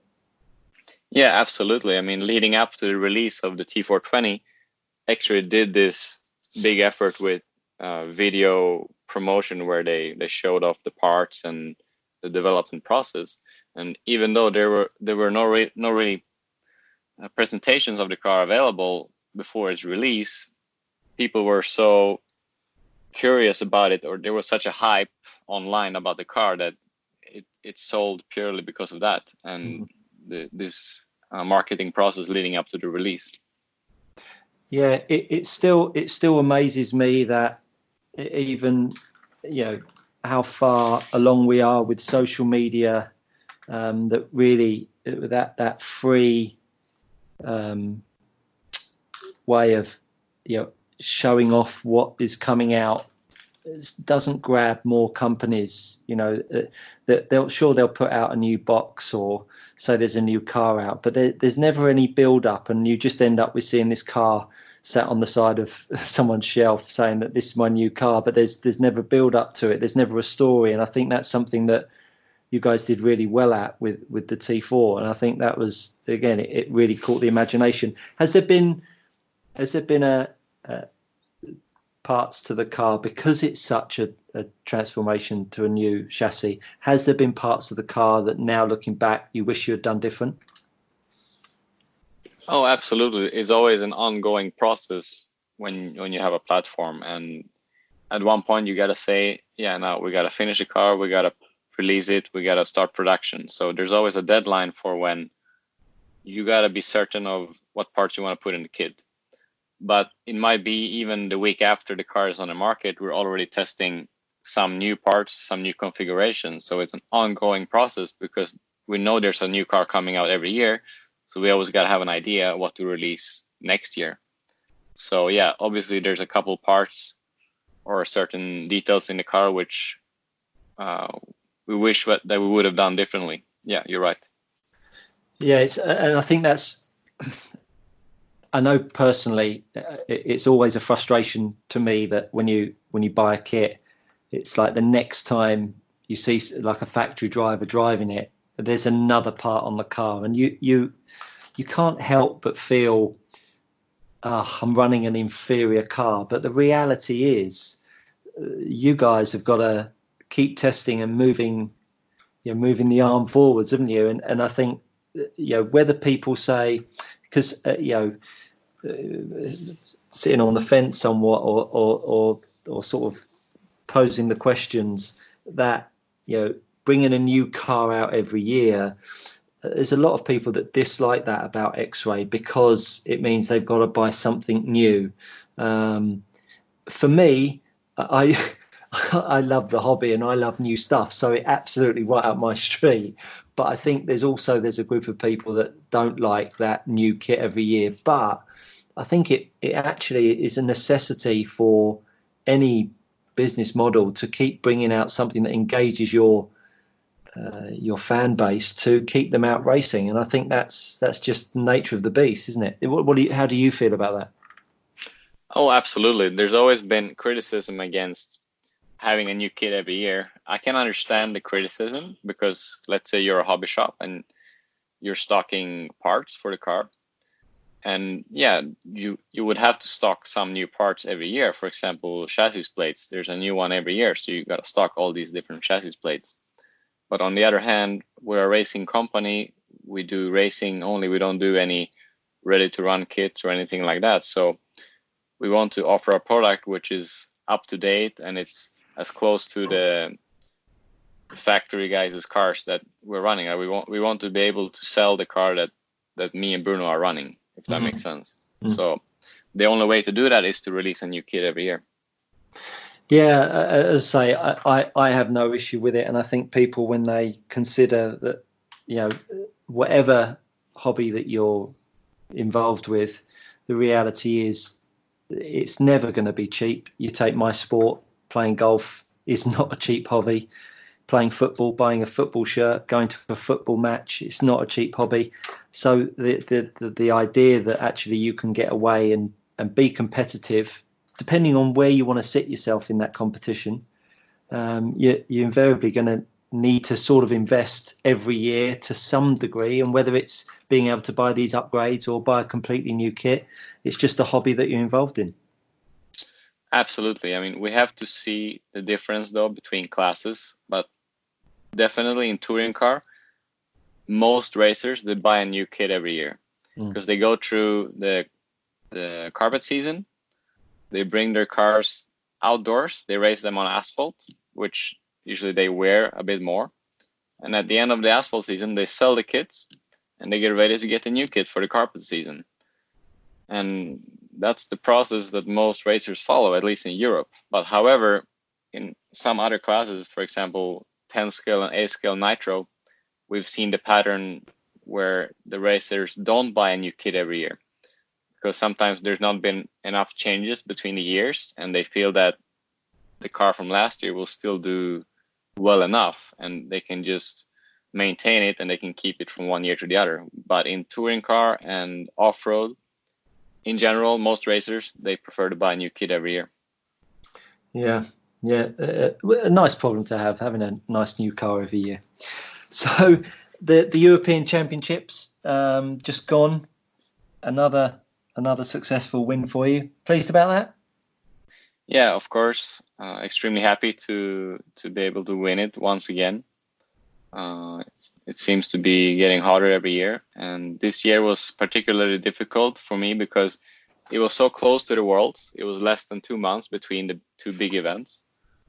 So you had to basically go from one big event to the other. Not that much time to prepare in between, especially when you're racing a lot of other races like me. So it was tough, but in the end, great result. Obviously very happy.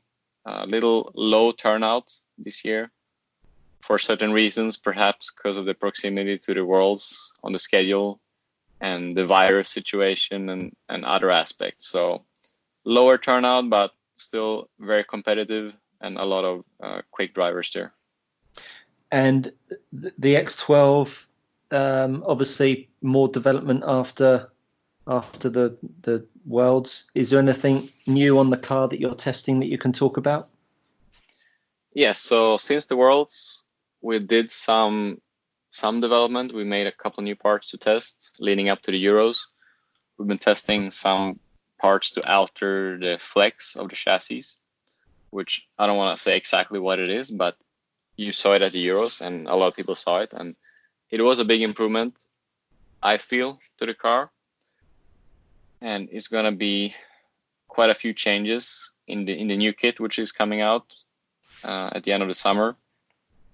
And one of those changes will be the new parts which affect the flex of the car, which I ran at the Euros. And obviously there was plenty of Schumacher drivers at the Euros, and obviously you beat those guys, and obviously that must make you feel good about the changes that you're making to the car. Yes, absolutely. I mean, at the Worlds, the Schumacher team was the team to beat, and they have a superb car right now, both for the top drivers and for the customers. So right now they're setting the benchmark, which we're trying to follow. And winning the Euros against some of those drivers definitely helped our X12 program right now. What do you feel is in store for 12 scale moving forwards over the next 12 months? I mean, aside from the virus, I mean, Schumacher's platform is considerably different to the majority of cars out there, and they've had success with it. The traditional shock in the center, etc. Is that something that we potentially could see disappear, or do you think that's going to be an integral part of 12 scale still? I have to say, since both Schumacher and also Automatics lately, they showed up on the market with a completely new concept. This opens up the door for some new innovations in the class. And I think it's necessary. I think it's time, because the base design of the 12 scale hasn't changed that much for the last 20 years. And when these two companies showed great success already with these two cars, it's definitely going to lead to bigger changes, I feel. Yeah, I think anytime there's companies that are wishing to branch out, and they really put their sort of heads on the block, don't they, to be shot at and talked down to. I mean, I think if you'd have bought out the Automatics car and the Schumacher car, 18 months ago, in the current state that it's at, I mean, people would have probably laughed them down the street. And these big companies that offer themselves up to be shot at and then be successful, all of a sudden they've really got the class by the horns, haven't they? And as you say, they're both leading the way in many respects to the R&D that they're willing to put into something that's been around in the same platform for 20 years. Oh, definitely. I mean, the big benefit you have when you have a brand new platform is that if you have success with it, it's really tough for the competitors to copy it and to replicate it. So when you have it working well, that's a big advantage. We see it in touring car now with Automatics. They're really strong. They have a really good car, and it's hard for the others to copy it because it's so different. Like every part of the car is different to what we have. Yeah, and with the body shell, I mean, you very publicly announced that you moved away from Montec at the start of the season. That's purely because of how much flexibility you feel you need to have, not only with 12 scale but with touring car, because of these shells have such huge gains to certain tracks conditions. Yes, absolutely. The body shell market has been changing very rapidly in the last few years, and especially in touring car, the shell has such a huge impact on handling that you cannot really afford to give away any advantage, especially if you're a pro driver like myself. Then you feel that you owe to your main sponsor that you want to put in the best possible effort you can to have a good result. And if you give away some performance with a body shell that's not competitive enough, then it's not going to be worth it. So that's the fact that most pro drivers has to face now, that it's really difficult to be loyal to a single body shell manufacturer. Yeah, I think almost being loyal to one brand poses its own problems. I think you only have to look at Mark Reinhard, that's sort of flitted into the Schumacher camp and had success with it. You could arguably say that there's almost as much difficulty, as I say, sticking with one brand, let alone sticking with one type of body shell at any given meeting. Where do you see yourself moving towards as you get a bit older, Alex? Do you see yourself being a full-time racing driver for the next 10 or 15 years? It's really difficult to say. I think it depends a lot on how the market is evolving. What is the state of on-road going to be in the next few years? Will touring cars still be the big class, and so on? Obviously, depends a little bit on my sponsor, X-Ray. What is their approach for the next few years? But I want to see myself racing a lot longer, hopefully. And I mean, as long as I have the passion and the speed to do it. And afterwards, I would love to work in the industry doing something else and use my knowledge for something else, not only racing full time. And do you, as I've got older in my sport, I've felt more competent in my ability to play the game more than I did when I was younger. But that's through more knowledge. Do you feel that's the same for you? But of course, as we get older, fast twitch, eyes get a little bit more frosty. Just the rigors of getting older. Do you feel that you're still on an upward curve of performance, or do you feel any form of plateauing? I mean, of course, this is probably not a question that you're going to answer other than, of course, I'm getting better, but I'll ask it anyway, Alex. Yeah, it is a very interesting topic, which I have my point of view. I'm going to share it with you, but it's really about your physical state and getting older. Yes, in theory, you should slow down when you get older because your reactions get slower and so on and so forth. But to me, it's really about the time that you put in, because a lot of people say that when you get older, you're supposed to get slower. But that's not necessarily true. If you put in the same amount of time or even more time than you did when you were younger, I think you can become even better.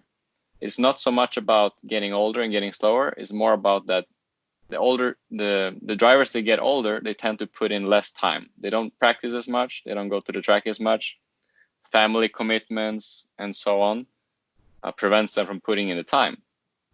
But if you put in the same amount of time racing and practicing now that you did when you were, let's say, 5 years younger, I don't think it's going to make any difference. I'm glad you said that, because I mean, this is certainly something that Ant and I talk about a lot, the performance curve and trying to get better. Where do you stand on when you look at a track and you're racing? I don't truly believe that you see the car in the corner. It's almost that you are predicting the overall landscape of the track. It's like when people say, keep your eye on the ball when you're in a tennis ball or a cricket ball or a golf ball.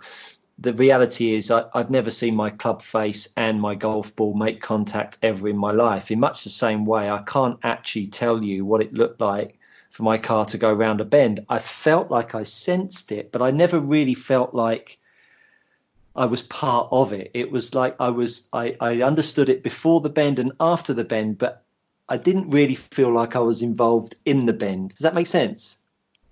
Yeah, it's funny that you say that, because it's a lot about rhythm and feeling. I mean, for example, there's been occasions where I was racing and my eyes blurred up because I forgot to blink, and like they started to tear up, right? So I couldn't really see that clearly, and it happens quite often. And you find yourself not blinking and your eyes get a bit blurry, and then it's almost like you're not really seeing exactly where the car is and what it's doing, but you're more relying on your feel and your rhythm. So it's more about having that rhythm and that feel, like you feel that the car is going to go through the corner and you apply the throttle and steering input, and that's it. You don't really have to see it as it is, if that makes sense. Yeah, makes total sense. Yeah, and I think we're all looking to get better, and we all try harder, but there's always that, and we've spoken about it on the show before, always that sense of trying to not try too hard, and that balancing act of not really looking to go faster. You're just trying to, as you say, get that rhythm on the on the track, feeling like you can predict, you've got the car on your fingertips, rather than necessarily thinking about necessarily hitting apexes. You know, you want to get as close as you can, but you actually tangibly being able to put it closer is actually something that seems a bit difficult to do in reality, to actually grasp it with both fingers. Oh yeah, that's absolutely true. I mean, there's been so many occasions over the years where people ask me, for example, yeah, how do you brake in that corner? How do you apply throttle out of that corner? How much steering do you use? Like, sometimes I cannot answer the question. I don't really know. I couldn't tell you what my fingers are doing there, because I don't really think about it like that. I just go by feel, and I do what I feel that I need to do to make the car go through the corner. Yeah. But also, there's been occasions where I've discussed my driving line with somebody, and sometimes we've come to the conclusion that I need to drive a different line, I need to do something different. And it's been a few times where I started thinking about what I'm doing with the lines, and I've actually gone slower, because you start to think about what you're doing instead of just going by feel, what is natural for you. And that sometimes can actually slow you down when you start overthinking it. It's a very interesting topic, and I think maybe one of these shows, I think we should get, you know, a few of you guys on and sharing your views on it, because I think that would be really quite informative. Alex, I could talk to you all night, and honestly, we'd love to have you back on the show in the weeks and months to come, because it feels like with what's going on in the world, there might not be too much racing going on for you right now. Correct. So there's nothing planned. Basically, all my racing and my testing is put on hold for further notice. You know, like there's nothing planned right now, and we just simply have to wait and see. I know that most events for the next 2 months, they've been canceled for a good reason, and we have to wait and see a few weeks to see what is coming next. Well, this is your time to thank all those important people in your life, sponsors, and obviously the love of your life and your child. So go ahead. Yeah, obviously we'd like to thank X-Ray, my main sponsor since many years, for everything they've done for me. And I'd like to thank obviously all the other sponsors. It's a long list, but all of them for what they're doing for my racing program, and my wife, my son, and all my friends and supporters around the world. Alex, it's been a great pleasure having you on. Stay healthy, love to your family, and I wish you every success for the future.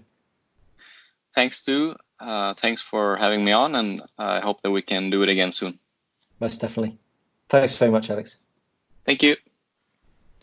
Well, that wraps up episode 3 of the Onroad podcast. Hope that you've enjoyed listening. If you have, give us a like, come over to Facebook, let us know what you think. Any constructive criticism will be greatly accepted. Cheers. See you next time.